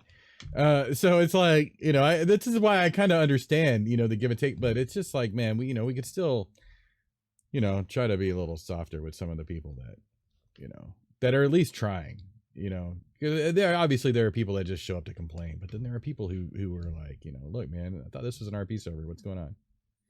Yeah, for sure. I mean, like I said, I I think don't know. people who come in and they show that they're like giving it a good attempt, no one has a problem with them. But Yeah. to come in and you're just like constantly complaining about stuff, and like it's like very obvious you didn't read the rules, or you didn't Yeah. even like get a Yeah. general overview of what the server's about. And it's like, Yeah. I mean, you know. Yeah. I will say the people that I like the most in Discord who come in and complain and whatnot, especially when it comes to the whitelist, is that when you're like, when you do explain it to them and they're like, okay, like, all right, I'm sorry, I was just venting or whatever, Mhm. I have a lot of respect for people that will do that. It's enough that you come in and, and you start complaining as a new member of a community. That's a bad first impression. I mean, like you mentioned, but being able to own up to it, when they realize it too, kind of goes a long way, I think. Yeah, I feel like that goes a long way. Because when I joined, I was annoying. I know I was to the people I was playing with. I got told it and I realized it after the fact, and I owned up to my mistakes. And it took me a while to at least realize that I shouldn't complain about the server as much as I was, because it's not changing anything. It's Mhm. just me annoying people with my complaints. And when I owned up to it, they're like, "Hey, it's all good. Like, we expected you to do this. You're new to this. You're new to the Mhm. server, but you have to learn that that's not acceptable." Mhm. Yeah. I mean, it is, there's some culture shock, you know. I imagine, because remember when I started playing, I had very, very little DayZ experience at all. So I didn't have a lot of bad habits, or different habits learned on other servers or whatever. So when I came, it was just with what I had, which was role play experience, video game experience, and that sort of thing, being outgoing, because I was a streamer and this sort of thing. I kind of felt like a lot of it had, it was like a all together thing that got me through and into the game and all that. But and I've made no secret, I started out up north, and the group that we had up north was pretty aggressive or assertive for sure. So I had a lot of rough goes, first time around. I felt like, well, I should be able to go anywhere and thrive. It's a role play server, at very least. I shouldn't have to like go to a certain part of the map to get interaction. That seems weird. And it kind of seemed that way for a while, but I finally, after talking to people, because I came on Discord and I mentioned it a few times. I was like, dude, this really sucks. And there were probably times when I was passionate about it, and people were very patient with me for some reason. I don't know why. Maybe because I'm likable. I don't know, but people were patient with me and were like, you know, look, man, is like, if you're really not getting that interaction, then you really ought to go out and find it, because it really might just be where you are at the time. And so I was like, fine. And so that's what I did.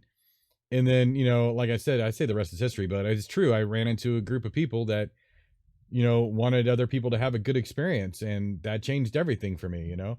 And I kind of feel like, I don't know. I think that that's probably a part of what made me want to play that kind of a character, as far as I have, you know, because I do play a helpful character and whatnot, especially to newer players or new people, you know, washing up on the coast or whatever.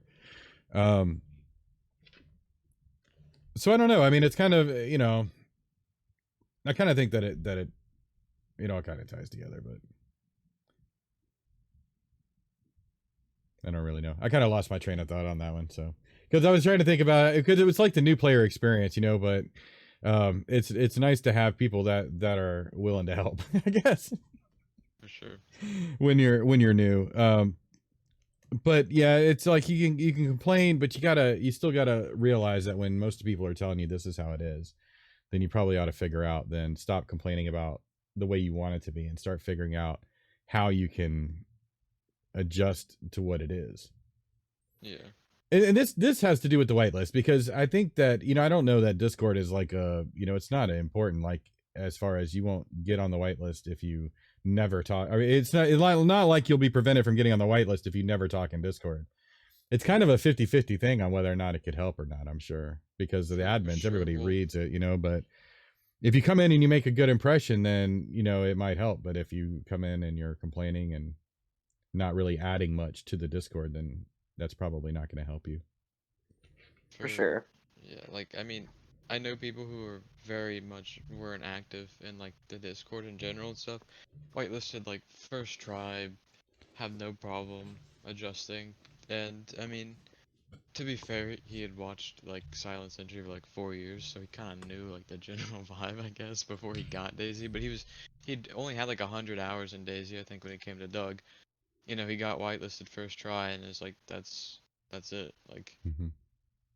he wasn't out here typing paragraphs in the Discord or something about whatever. I don't know. So I think you definitely don't have to be like super active, but once you maybe get whitelisted, maybe the community aspect will make you want to be more active in it in terms of team speak and whatnot. Yeah.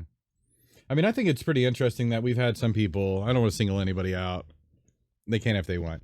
But we've had some people who have, you know, popped into Discord and been very enjoyable to know and fun to talk with and all of that, who haven't managed to be whitelisted yet.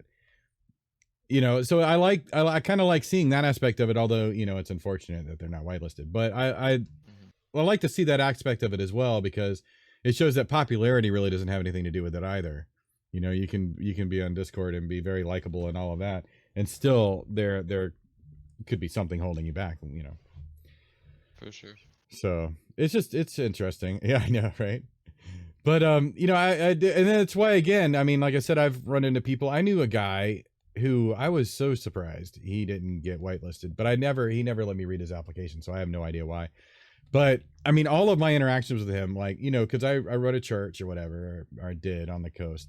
And he showed up one day and he just started wanting to help and everything. And we started talking. We were role playing the whole time, you know, talking about the Lord and all that. And his character was like, oh, you know, we started to talk, and he's like, man, you know, maybe I should join your church. And I was like, oh, that'd be really cool. You know, this is what we do. And he's like, yeah, this is enjoyable, whatever. And so we're interacting. I told this story before, I know. So this guy comes along and he starts stabbing my friend, and I pull out a gun and I shoot it, you know, and all this stuff. We go through all this thing. I end up getting killed eventually.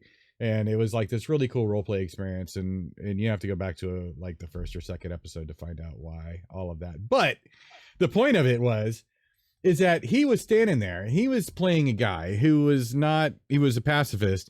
And a guy come up to him and started stabbing him. He's like, no, what are you doing? Stop. You know, and he's backing up, holding his hands up.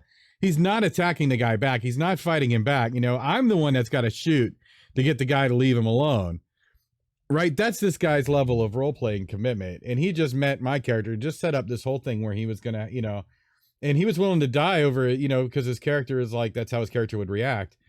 And I'm like, damn, man, this guy, like, you know, that's good role play, you know, to be able to do that. And he cared about his character. It wasn't even like a throwaway character, because he came, you know, he played that character until he got tired of Doug and went to Lug. But I'm like, man, you know, that's good, but he didn't get whitelisted. And so, and he was one of those people who I guess he just gave up trying, which is unfortunate, because there was something that he was missing that I didn't see. But yeah, his role playing was really good, as far as what I could see. But you know, that's not the whole story either. It's not, the role playing is not what makes people great for Doug. You know, it's just a part of it. You know, because again, I mean, we're a community of people who play vastly different play styles, and we play them together sometimes. You know, and we play in everywhere in between as well. So that's why it's like, it's good that people who are super role play focused but don't get the other aspects of it have a harder time, you know, than people who are more well-rounded, I guess, in their experiences. I hate to see that people give up on the whitelist applications if they get denied like 2 or 3 times. And I always try to tell people, you're usually not going to get whitelisted first try. Mm-hmm.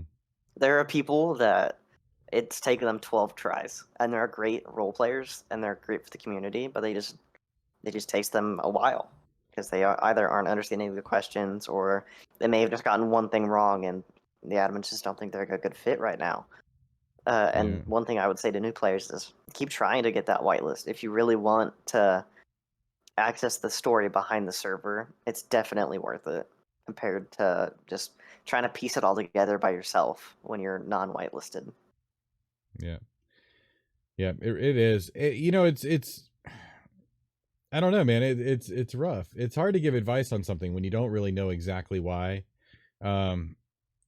people aren't getting through. But I mean, I think really, like, if you listen to a lot of what we're saying and you read between the lines, you get a really good idea of the kinds of things that the community looks for.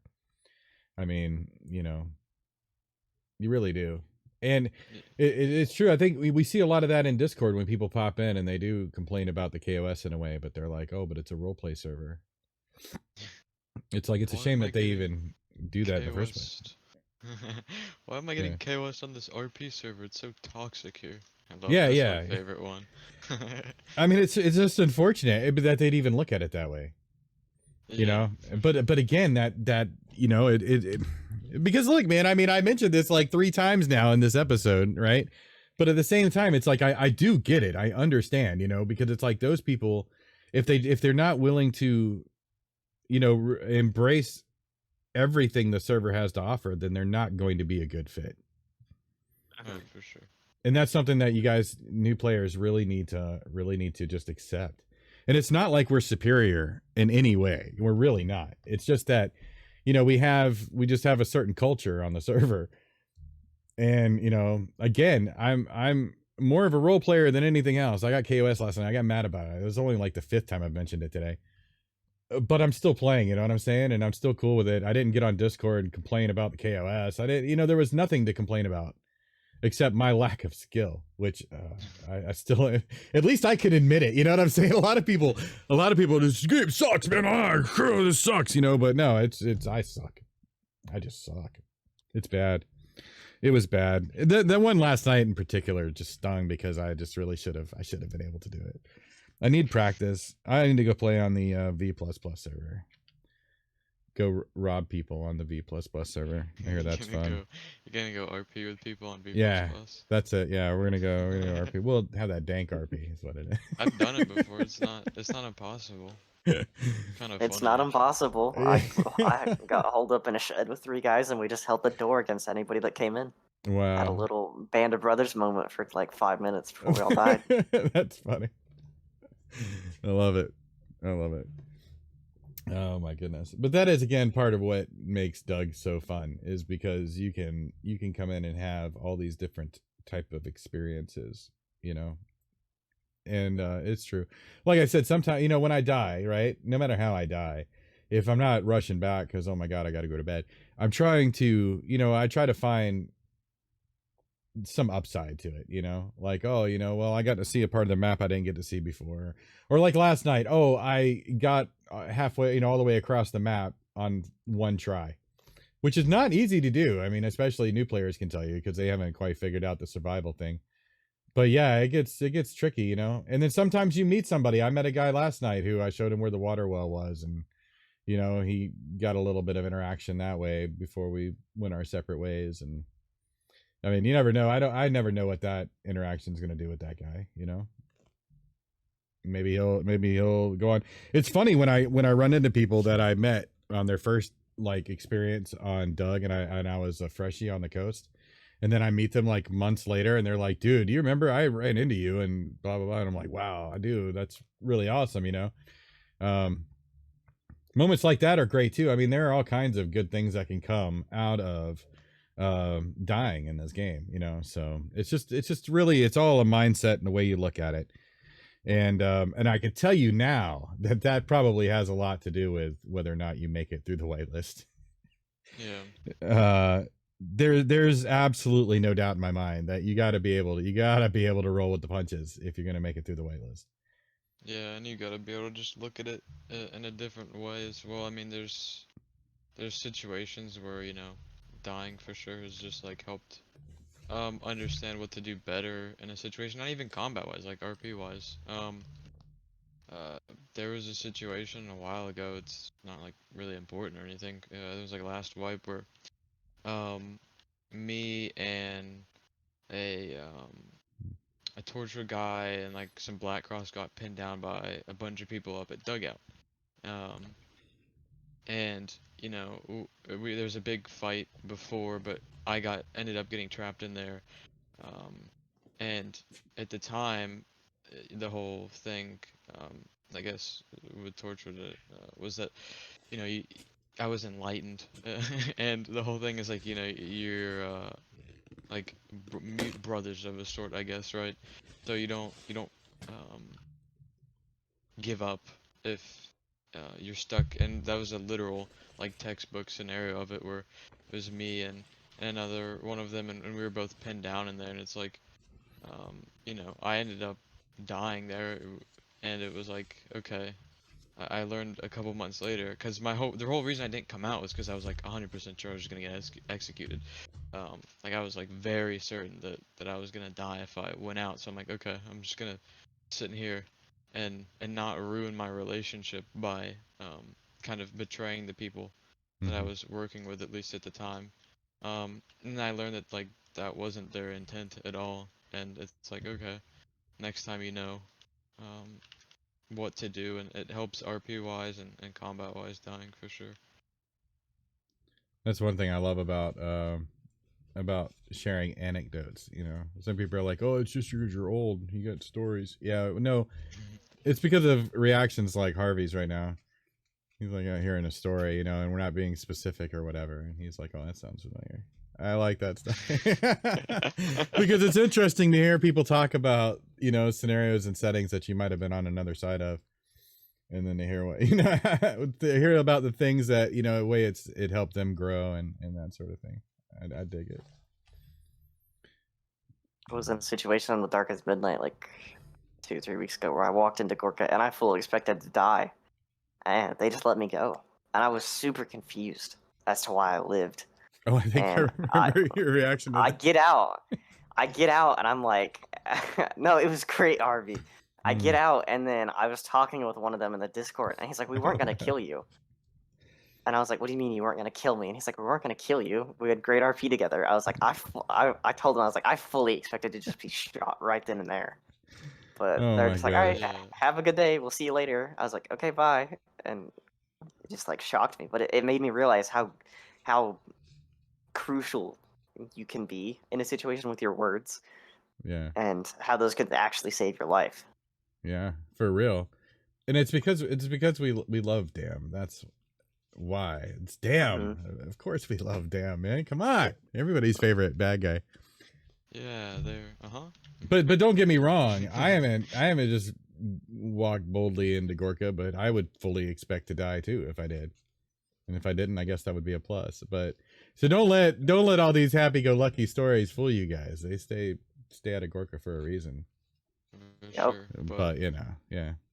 I definitely think that like I guess it ties back into a general mentality of just getting better for sure. Like RP wise, regular community stuff wise, there's general like interactions that have helped me understand, what to do in a situation like that again, and or not even that have just developed character and whatnot. Um, so it always helps for sure.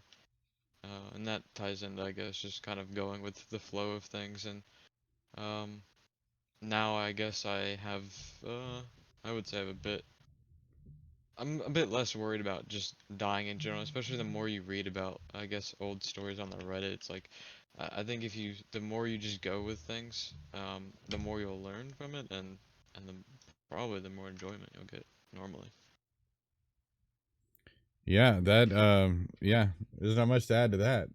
I mean, it's pretty much, it's all a part of that's why people say, play on the server.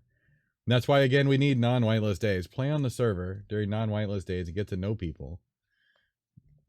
Because think about it. I mean, because there are people that complain about it on Discord, and I do think this is kind of funny. But it's like, if somebody shows up to rob you, like, your first reaction is to pull on them. How do you expect that it's going to end, And then people are like, oh, the KOS sucks. That's not even KOS, by the way. I mean, it's like, nobody wants to get robbed, but is that always got to be the first reaction? I mean, even if they let you leave, you could always draw on them later. You could do any number of things. It reminds me of the things that really irritate me about good guys and stories.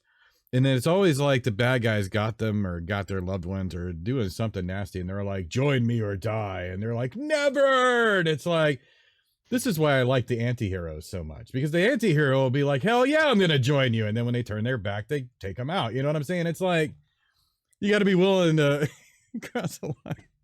For sure. I don't know. Well, I mean, then sometimes you gotta have a good balance of it. I think that like I Yeah. speak like way too much about balance in character and out of character, but you know, um, groups, I would say, like Fireflies, like they're just like typical hero type groups. They're like um maybe maybe not they're not gonna get corrupted or whatever. They're solely there to fight bad guys, and then your typical bad guys for sure. Like there's definitely needs to be a good mix of it. Mm-hmm.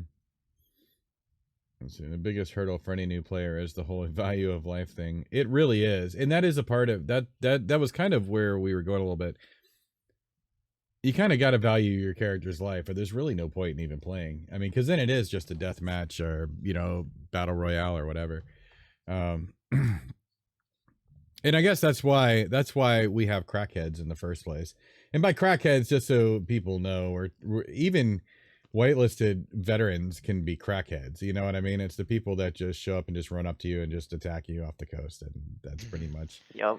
Anybody could be a crackhead, man, and you'd be surprised. But it's like, that's why we have crackheads, because the newer players are crackheads because they don't have a value of life for their characters. And even then, the veteran crackheads don't really have a value of life for their character because they just spawned on the coast. What do they have to lose? Except like a couple of minutes and probably a better spawn, maybe, if they get lucky. So. Yeah. I mean, I don't remember if we talked about it on any of the episodes before, but I think value of life would actually be a pretty good topic to touch on. Mm-hmm. It actually would be good. If you're in down fact, for that. let me write it down, because we could always, because I was planning to have you on next week, Seymour. Anyway, I think we were going to talk about either stash life or no, I think we were going to talk about gear fear kind of thing.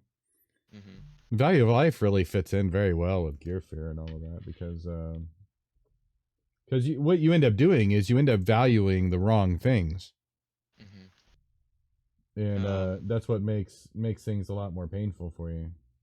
Well, I think even just to go into it now, if we're kind of maybe on more of an open discussion thing. We might as well be. I mean, because it affects the new player experience. I mean, let's face it. You got to come to terms with these things, or you're never going to work out. Definitely agree that value for life is the hardest thing. Like, I would say when I came to Doug, I was pretty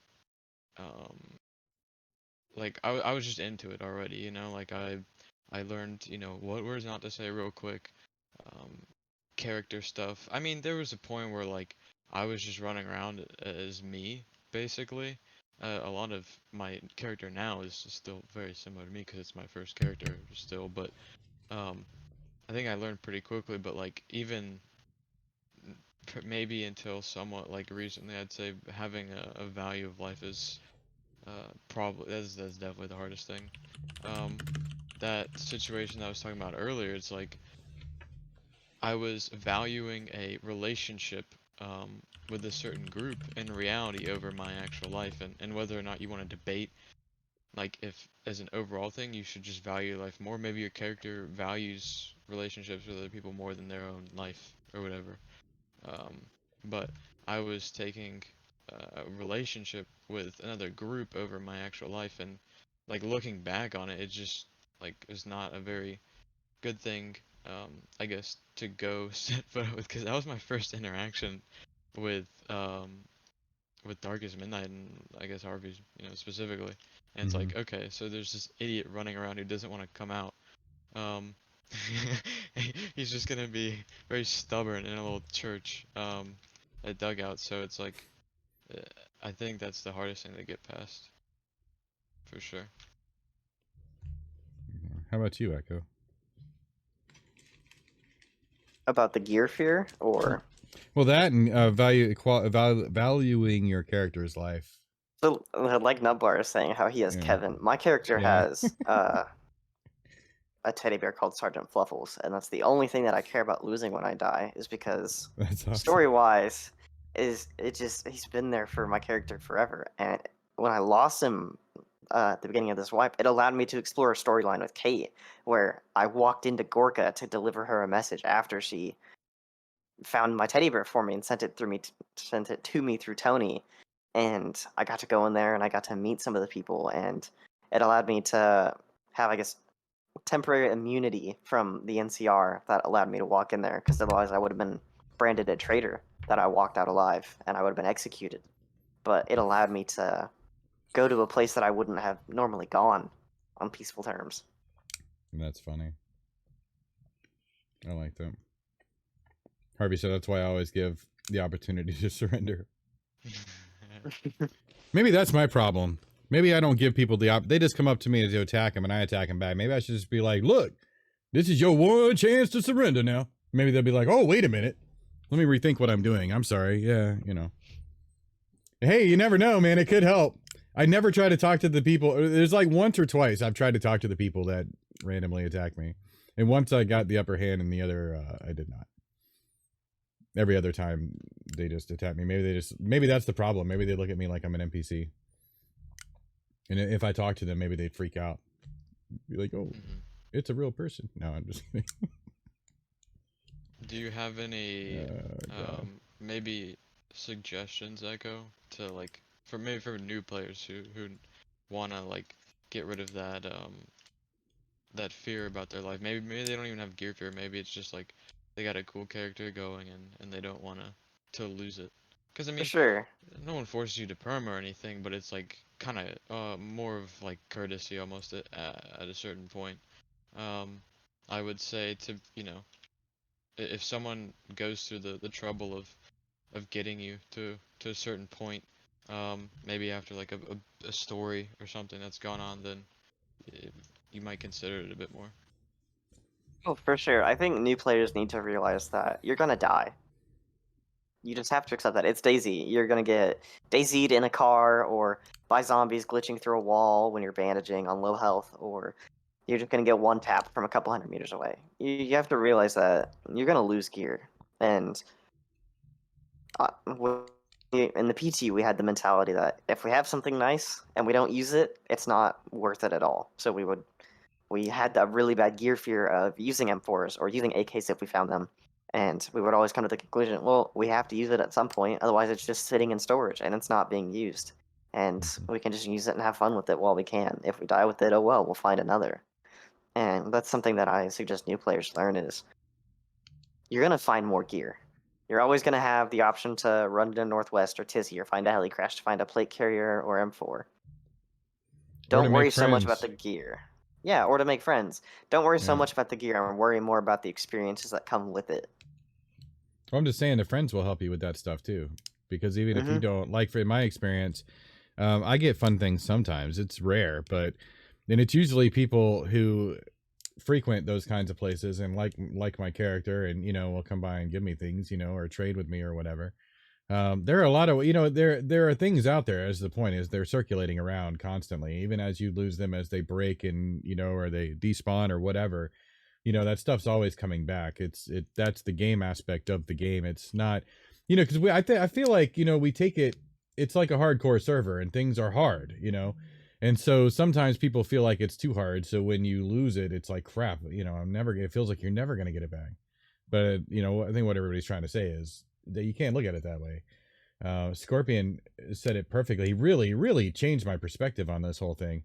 When he said, wipes happen, for crying out loud. You don't even have to worry about dying to lose your stuff. Sooner or later, there's going to be a wipe. And sooner or later, everything's going to be gone. So the things that you're leaving around, sitting in your base or buried in your stash or whatever that you're not using, is going to be gone. There's a 100% certainty of that. Now, we all know that. I mean, the server might die one day or whatever.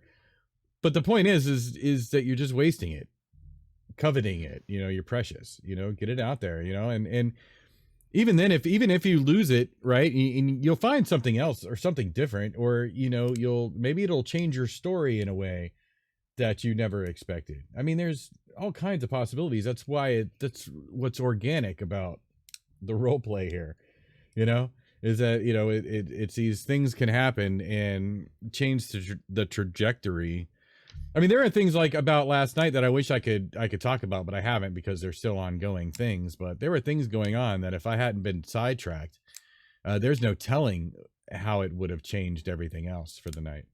I mean, and I mean, you could say that for anything, but I mean, there are reasons to say that right now. And I'm like, maybe it was for the better, that I got KOS'd and it distracted me from where I was going.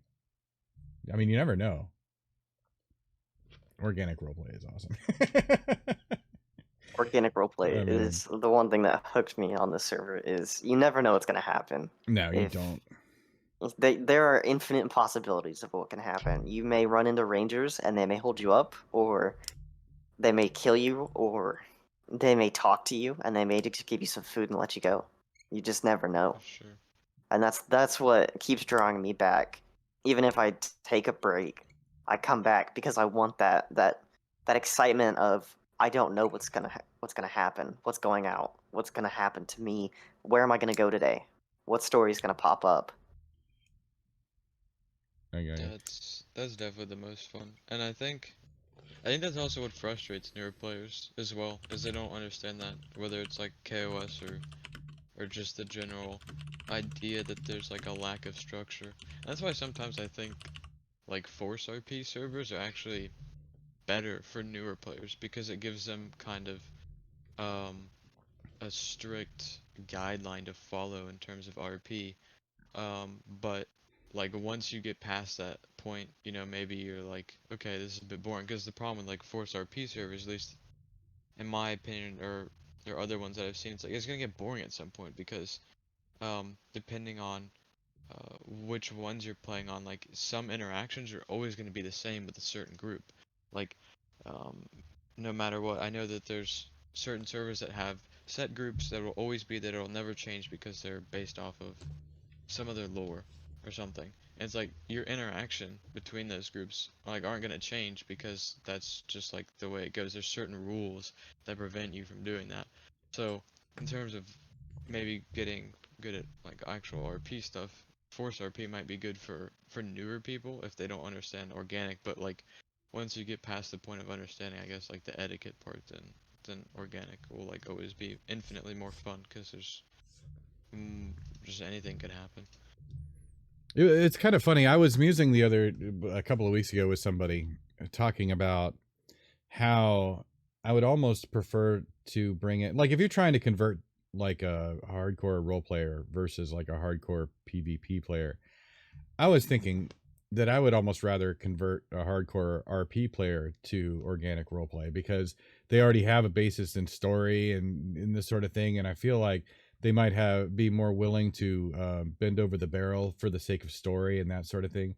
Where I feel like a PvPer has this, it's like an entirely new aspect of their play to bring in and mold. But I found really that, you know, because in working with both and watching, like in the Discord, like the hardcore RPers come in and get KOS and their reaction to it, I'm not sure I really believe that anymore. You know, I kind of feel like it could really go either way. It really just comes down to the individual and their commitment to wanting to really learn what Doug is about and become part of the culture. But it's interesting to consider, because I mean, still, I would still, even having said it, reasoned it out, I still would think that somebody with a role-playing background would be more susceptible to integration. But it just, if I think about it, it makes sense. But if I really reason it out and take practical experience and apply it, then it doesn't really make sense. It doesn't work out at all. It's interesting to me, just the way people think sometimes, you know. But I don't know, having come from a strong role, you know, because it's weird because I keep saying that, but I mean, that's just where my gaming started, was with role playing and all that, because I've been playing video games since they sold video games at home. Since, you know, I mean, it's funny when I was talking to my wife about it, and I was like, you know, we talk about, oh, we're spending a $60, you know, game, we're gonna wait for it to go on sale and all that stuff. But if you imagine, like, the only entertainment you had was going, or only video games you had was going to an arcade, and you would go with, like, you know, a roll of quarters and just line them up, you know, and just pop them in one after another. I mean, it's like, that was a lot of money. You know, but I mean, I've been gaming since that long, you know, so it's I don't know. It's like, I guess I have a broad range of experience when I hit the door in the first place. And I like to point out that I still had problems. I mean, it was still hard for me, but, you know, weighing my expectations versus the reality of it. But I don't know. I like, you know, and Harvey, if you want to chat, you could always hop in, dude. We will so let you come in and talk voice with us. But he's saying that he says that putting in the effort is the best way to get out of a bind on this server, and in most cases that's true. Not cooperating, pulling a pocket double barrel, getting testy, the guaranteed way to die 99 times out of 100 with the bad guys. If you comply, you come up with something better in a bargain, at least your life, right? It's actually funny, because it's kind of how it is in real life too, you know, because if somebody comes up to you and robs you, the police will always tell you just to go along with, just to do it, give them what they want and get on with it, because your stuff is not as important as your life. That's that value of life thing that we were talking about, where, you know, if you value your character's life, is he going to immediately draw on somebody who's got a gun pointed at their head? Even in real life, that would be foolish, you know. I mean, I would expect to get killed if I was to act that way. People want it to be hardcore. They want it to be organic roleplay. It's all of that. The description, the scenes we're describing right now is all of that put together at once. And whether or not you get it, you know, depends on how you would react to a situation like that. With my character, I've always found that I try to talk through things. I don't like conflict. Like, I don't like pulling out a double barrel. I don't like trying to fight or try to run from somebody. I will sit there and talk with somebody, because it's a good way for me to get to know them and for them to get to know my character.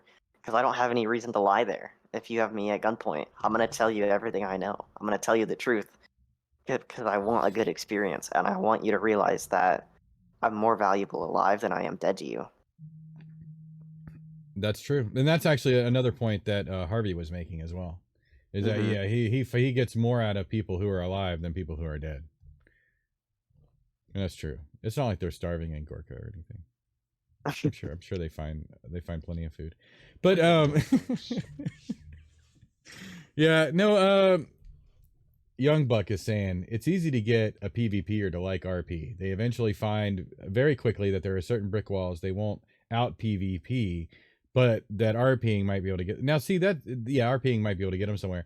That's a really great way of looking at it. The reason why I had the opinion that I did at first was because when I started talking to people out of character, okay, about roleplay, I was talking to people who typically PvP, and a lot of them seem to not really get it, like, because they didn't come from role-playing backgrounds. And I've mentioned it before. I think that's one of the catalysts for wanting to start the gaming workshop, was in realizing that, wow, there are people on this server who, you know, are pretty well, might even be well known, who don't quite get that it's even an RP server. I mean, they, you know, Recluse would come in Discord and say, look, guys, this is an RP server. And people are like, what? You know, and it's surprising to me that people didn't get that, and having been here for so long, you know. Probably many of them whitelisted, you know. But so it made me think that, well, I was like, because it's real easy now, because you also got to factor in that Arma and Arma 2 and all that were straight up PvP titles to begin with. You know, so it's, you know, the whole thing is centered around PvP, but but it's so weird. It's such a weird beast they built, right? Because it's supposed to have originally been a PvP game, but it's so open world and so sandbox that it really, and the PvP is, you know, as we all know. So it's kind of, you know, it really lends itself very well to storytelling and roleplay. It's weird how they did that, because I'd be surprised if that was on their radar at all when they put this together. Excuse me. Yeah. Now, they may have been, but yeah, I doubt they were doubt thinking it. people role playing. Now they're like, oh, it's gonna be like a battle royale and, you know, all this other stuff probably. I don't know. Yeah, I doubt it. Like it, I don't know. Arma, like you said, it's a mil sim game, so like it's kind of weird that DayZ spawned out of that, of all things. I mean, it really is. I I mean, yeah. It's funny because there's two avenues, because Arma turned into it's kind of weird to think that like Arma turned into both PlayerUnknown's Battlegrounds, which really kicked off the whole battle royale like craze for the past few years, and at the same time it spawned DayZ, which, I mean, it's nowhere near as popular as it was when it first came out, but it's gotten back up there, I think, somewhat recently, like in terms of player counts and whatnot. But the fact that you got like a battle royale out of it, and a game where, you know, it spawned some pretty cool RP stuff. Nice. I just wanted to say, yeah, Harvey was just saying, you're only a true Chad RPer if you try role playing on the V++. So I said, challenge accepted.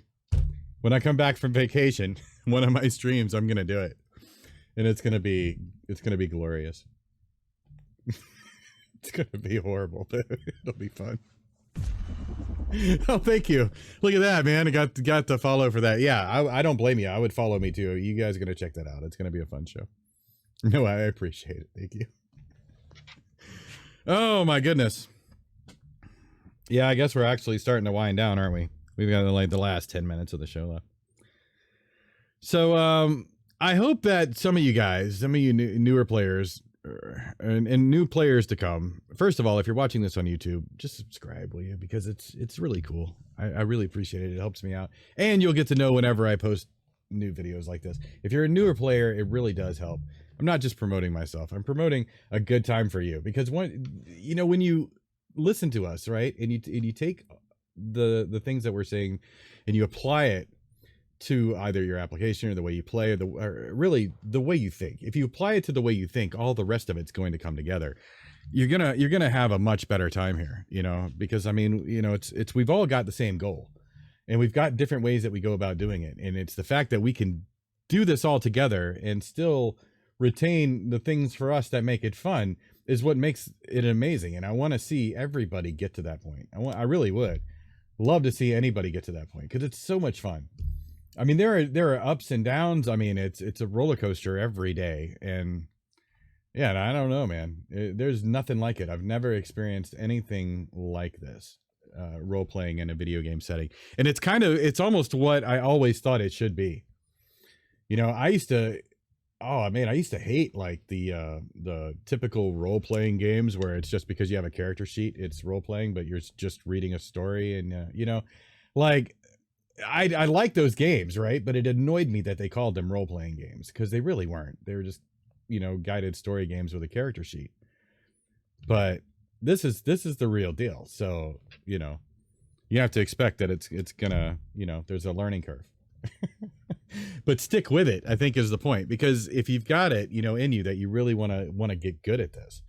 And it's almost like Doug is a different game. It's got the same tools, but it's so finely tuned and has such a tight community that really understand what, how we all should play together, that you really, I mean, it's I can't, one of you guys are gonna have to talk, because I won't stop. I love this community so much. There's so many nuances about it that make it unique and interesting to me. It blows my mind. Yeah, I maybe it's just that I'm like a weed for the post-apocalyptic setting in general. But like Same. I couldn't see doing RP stuff on anything outside of like D&D kind of stuff, because I just like GTA RP to me, or any other, like that's like boring, it feels like there's less stakes almost, and it's like you play in this certain setting because it's very much not like real life. It's like I don't want to go play GTRP and like have some normal job or something, and like that's just so weird to me. I don't know. Yeah, I love this setting, mainly because of well, I mean, look, man, I do like The Walking Dead, but I'm a horror fan my whole life. Like, I've always loved horror. I watched, oh my gosh, Dawn of the Dead and all that. When I was growing up, there are so many. I'm Returning the Living Dead Part 2. It's the one from the 80s with the punk rock zombies. It's like it's like I grew up watching all this stuff. So to be able to kind of integrate and to experience it in a safe way too. I mean, it's it's almost like Westworld, man. Like, I would totally be addicted to Westworld if it was a thing. And I even told my wife, I was like, babe, I mean, you might leave me if they create a Westworld. I'd be done. But this is as close as we can get. It's something like this. And so for me, it's really fascinating. I don't know, it's weird. That's why I say it's weird that I play this game to relax, but I really do. And it's so tense and it makes me nervous, like, all the time. But it's the kind of fun I like, man. It's and it's safe. It's safe, but it's not, because you get into it. It all goes crazy, dude. I feel you on that, because I use DayZ to relax, because since I'm a full-time college student, and I'm an English major, I guess I RP anyways, because I have to make characters in my head, and I have to make storylines and all that stuff. And I just lost my train of thought. When I get on DayZ, it's like a break from that. It doesn't feel like a class anymore. It doesn't feel like homework when I'm RPing or creating characters or creating a storyline. And it's just, no matter how tense it gets, the adrenaline that I can get from a firefight just instantly makes all the tenseness go away. It makes it so worth it, because it gets me shaking, it gets my blood pumping, it just gets me going. Oh yeah, like DayZ obviously PvP pretty garbage. Like I don't know. Right now, game is kind of weird. Like, half the time my hands don't even raise when I want to raise my gun. Not half, but PvP is very bad. Obviously, everyone kind of knows that. But like, it's the same way the whole game works. It's like it's very lackluster in terms of its mechanics, but the actual meaning of what you're doing is much more intense. Getting into like an actual firefight in this game compared to other games is like, if I sat around and played COD or even like Tarkov, to me, it's never gonna be as like adrenaline pumping as DayZ. Even though it's like menial firefight, like there's just the smallest firefight is a lot of fun still. That's why I tell you, I wish I could. Maybe playing on the V++ server will help me with this, but I wish I could get that instant on reaction, because I think I would enjoy it a lot more if some crackhead came up to me, and tried to kill me if I won every once in a while. I mean, I do. I've won like twice, maybe, all my crackhead fights. I usually die in different ways though, so I try to keep it interesting. Sometimes they'll chase me down, and sometimes I'll stand and fight, and sometimes whatever, it just depends. Sometimes they'll throw a can at me, I don't know, whatever. But I try to keep it interesting and fun for them, even if they don't want it to be interesting and fun for me. But I think if I was better at it, I would probably, because at least then I could feel like I gave it a try. I mean, I'm at the point to where that's what kills me more than anything else, is if it was a situation where it's like I should have pulled through and I didn't. That's just lame. That's no fun. It takes it all out. But again, that's still on me. And I think that might be something, that could be an obstacle for other people who come from like a more role-playing background or are used to like games like Call of Duty where every button pretty much works the way you expect it to. And worse, when it's over, you can just queue up again and start over and have all your gear and everything else. Because no, it's not like that in DayZ. Oh my gosh, man. That's why sometimes it's like, I might be down for like 30 minutes. Sometimes I could be down for like 3 or 4 hours. It just depends on what happens after I hit respawn. You never know. And so, yeah, it makes everything so much more intense. So much more tense. That's why I kind of like the idea of games like Tarkov a little bit now, because it's like I understand it a little more, because it's like, you got to go out and earn it. You got to earn it, and then you got to keep it. And that's part of the fun, but if you're not used to that, it can be hard. For sure. And that's where I think gear fear also comes in as well. But yeah. No, nut bar hoarding is not fun. Hoarding is not fun, nut bar, and it's not good either. No, I've learned that it's bad for the server, for everything from performance on, but it also messes with the loot tables. Yeah, I'm always afraid if I go a good week or two and never find a box of nails, I'm like, all right, who's hoarding all the freaking nails? Open the box of nails already. Start using them, guys. Come on. That's how it feels, They changed the flags, so people can't put like 5,000 bags down. And that will actually impact the CLE more than regular storage and whatnot. That was atrocious on the Livonia server of people just abusing the flags. Because I'd spent primarily like a month on there. I took a break from Doug and was on Lug. And I mean, you go into Gleniska and you drop 50 frames in a second. Was awful. Because there's like 12 different houses within viewing distance that all have maybe 40, 50 pieces of clothing that are filled with other things on the ground.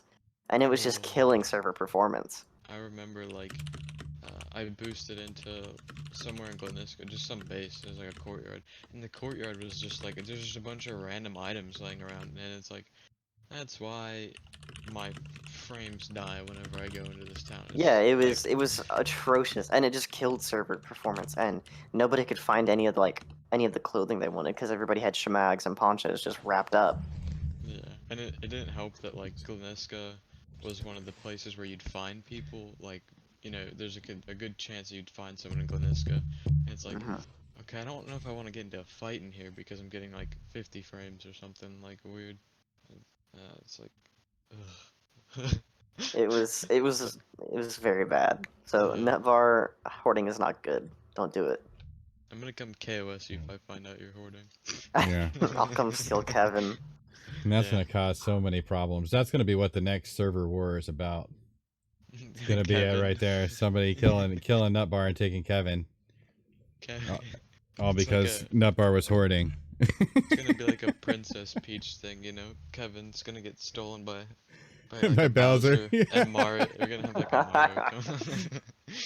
That's it. So something tells me all roads are gonna lead to Gorka on that one. I don't know. Somehow, some way. No, I could see like Mort being Luigi or something. I could definitely see that. Actually, it'd be funny. People would go to Gorka looking for Kevin, and it would turn out to be one of the fake castles. Oh, he's not here. Yeah. You have to go out and look some more. Find him at the end of the day at the Old Town Community Church.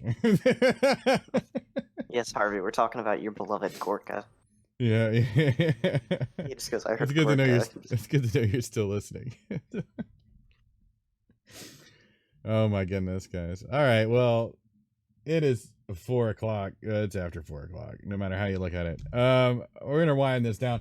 I think that's what we're gonna do, as long as you're game, Seymour. And I don't see why you wouldn't be, but you could tell me. I'll ask you live, and then that way you can tell me no, and I can be crushed. But next week we'll have Seymour on, and we'll talk about quality of life, value of life, and gear fear, maybe stashing and different ways. Because you know, we were talking about having a stash life episode, but really, the way you you know, store your gear and stuff ought to help alleviate your fear. It's all related. There's a lot of Which is funny because I'm like, at least at the moment, just because it's basically me and someone else, like I don't do stashes. I'm way too lazy to do stashes for like having like 2 people. there's a lot in of my group. responsibility here. It's just I don't know. I'm usually running like an Yeah. AK or an M4 or something, but it's a stash. I'm just too lazy to do to have to keep up with stashes, honestly. I'm telling you, well, it's that and having to remember. I mean, I do that. I'm like, I've got like a certain day or a certain time where I try to remember to go and do these things. I ought to just make a little checklist, you know, and just go through it every week and make sure that I don't forget. I was like, somebody stole my stash. And I'm like, oh, wait a minute. That was like 3 weeks ago. Ah, crap. There it goes. But anyway, guys, all right, we're going to wrap it up. I, first of all, really appreciate Ekho taking out the time to come and talk to us about, you know, the whitelist, and Seymour for showing up with his insight. It's a complicated issue. There are a lot of many facets to it. I'm glad that it's not on me to decide when and how to apply it and to use it. But I do know that for the new players out there, there are a lot of people who are willing to help if you just, I don't know, approach it the right way. You know, I mean, most of us would be willing to help you in one way or another. You probably won't get direct answers, and certainly not from anybody that knows what they're doing. But I mean, you just watching this show today should help give you some pointers in trying to get through it. Maybe, you know, maybe it's something that you've overlooked, you know, and just your way of thinking. But that's really what it comes down to, is trying to have the right mindset to be able to thrive on this server and to contribute in a positive way. Whatever that means for you is going to be different, because we're all different. We all contribute in different ways. But anyway, thank you guys for coming. I really Thank you appreciate for it. having me. Yeah, dude. Definitely. We'll have you on again. And thank you, chat, for coming and participating. I hope that you got something out of it, and certainly appreciate all the contributions and everything. Guys, you know, we're going to be here next week. Like I said, 2 p.m. Eastern. We'll talk to Seymour about, you know, about surviving. Really, that's what it's going to be. It's about your mental health, your state of mental health here on Doug. We're gonna get you there. Hey, that's the music. I like it. All right, guys, y'all take care. We're out of here. See ya. See ya.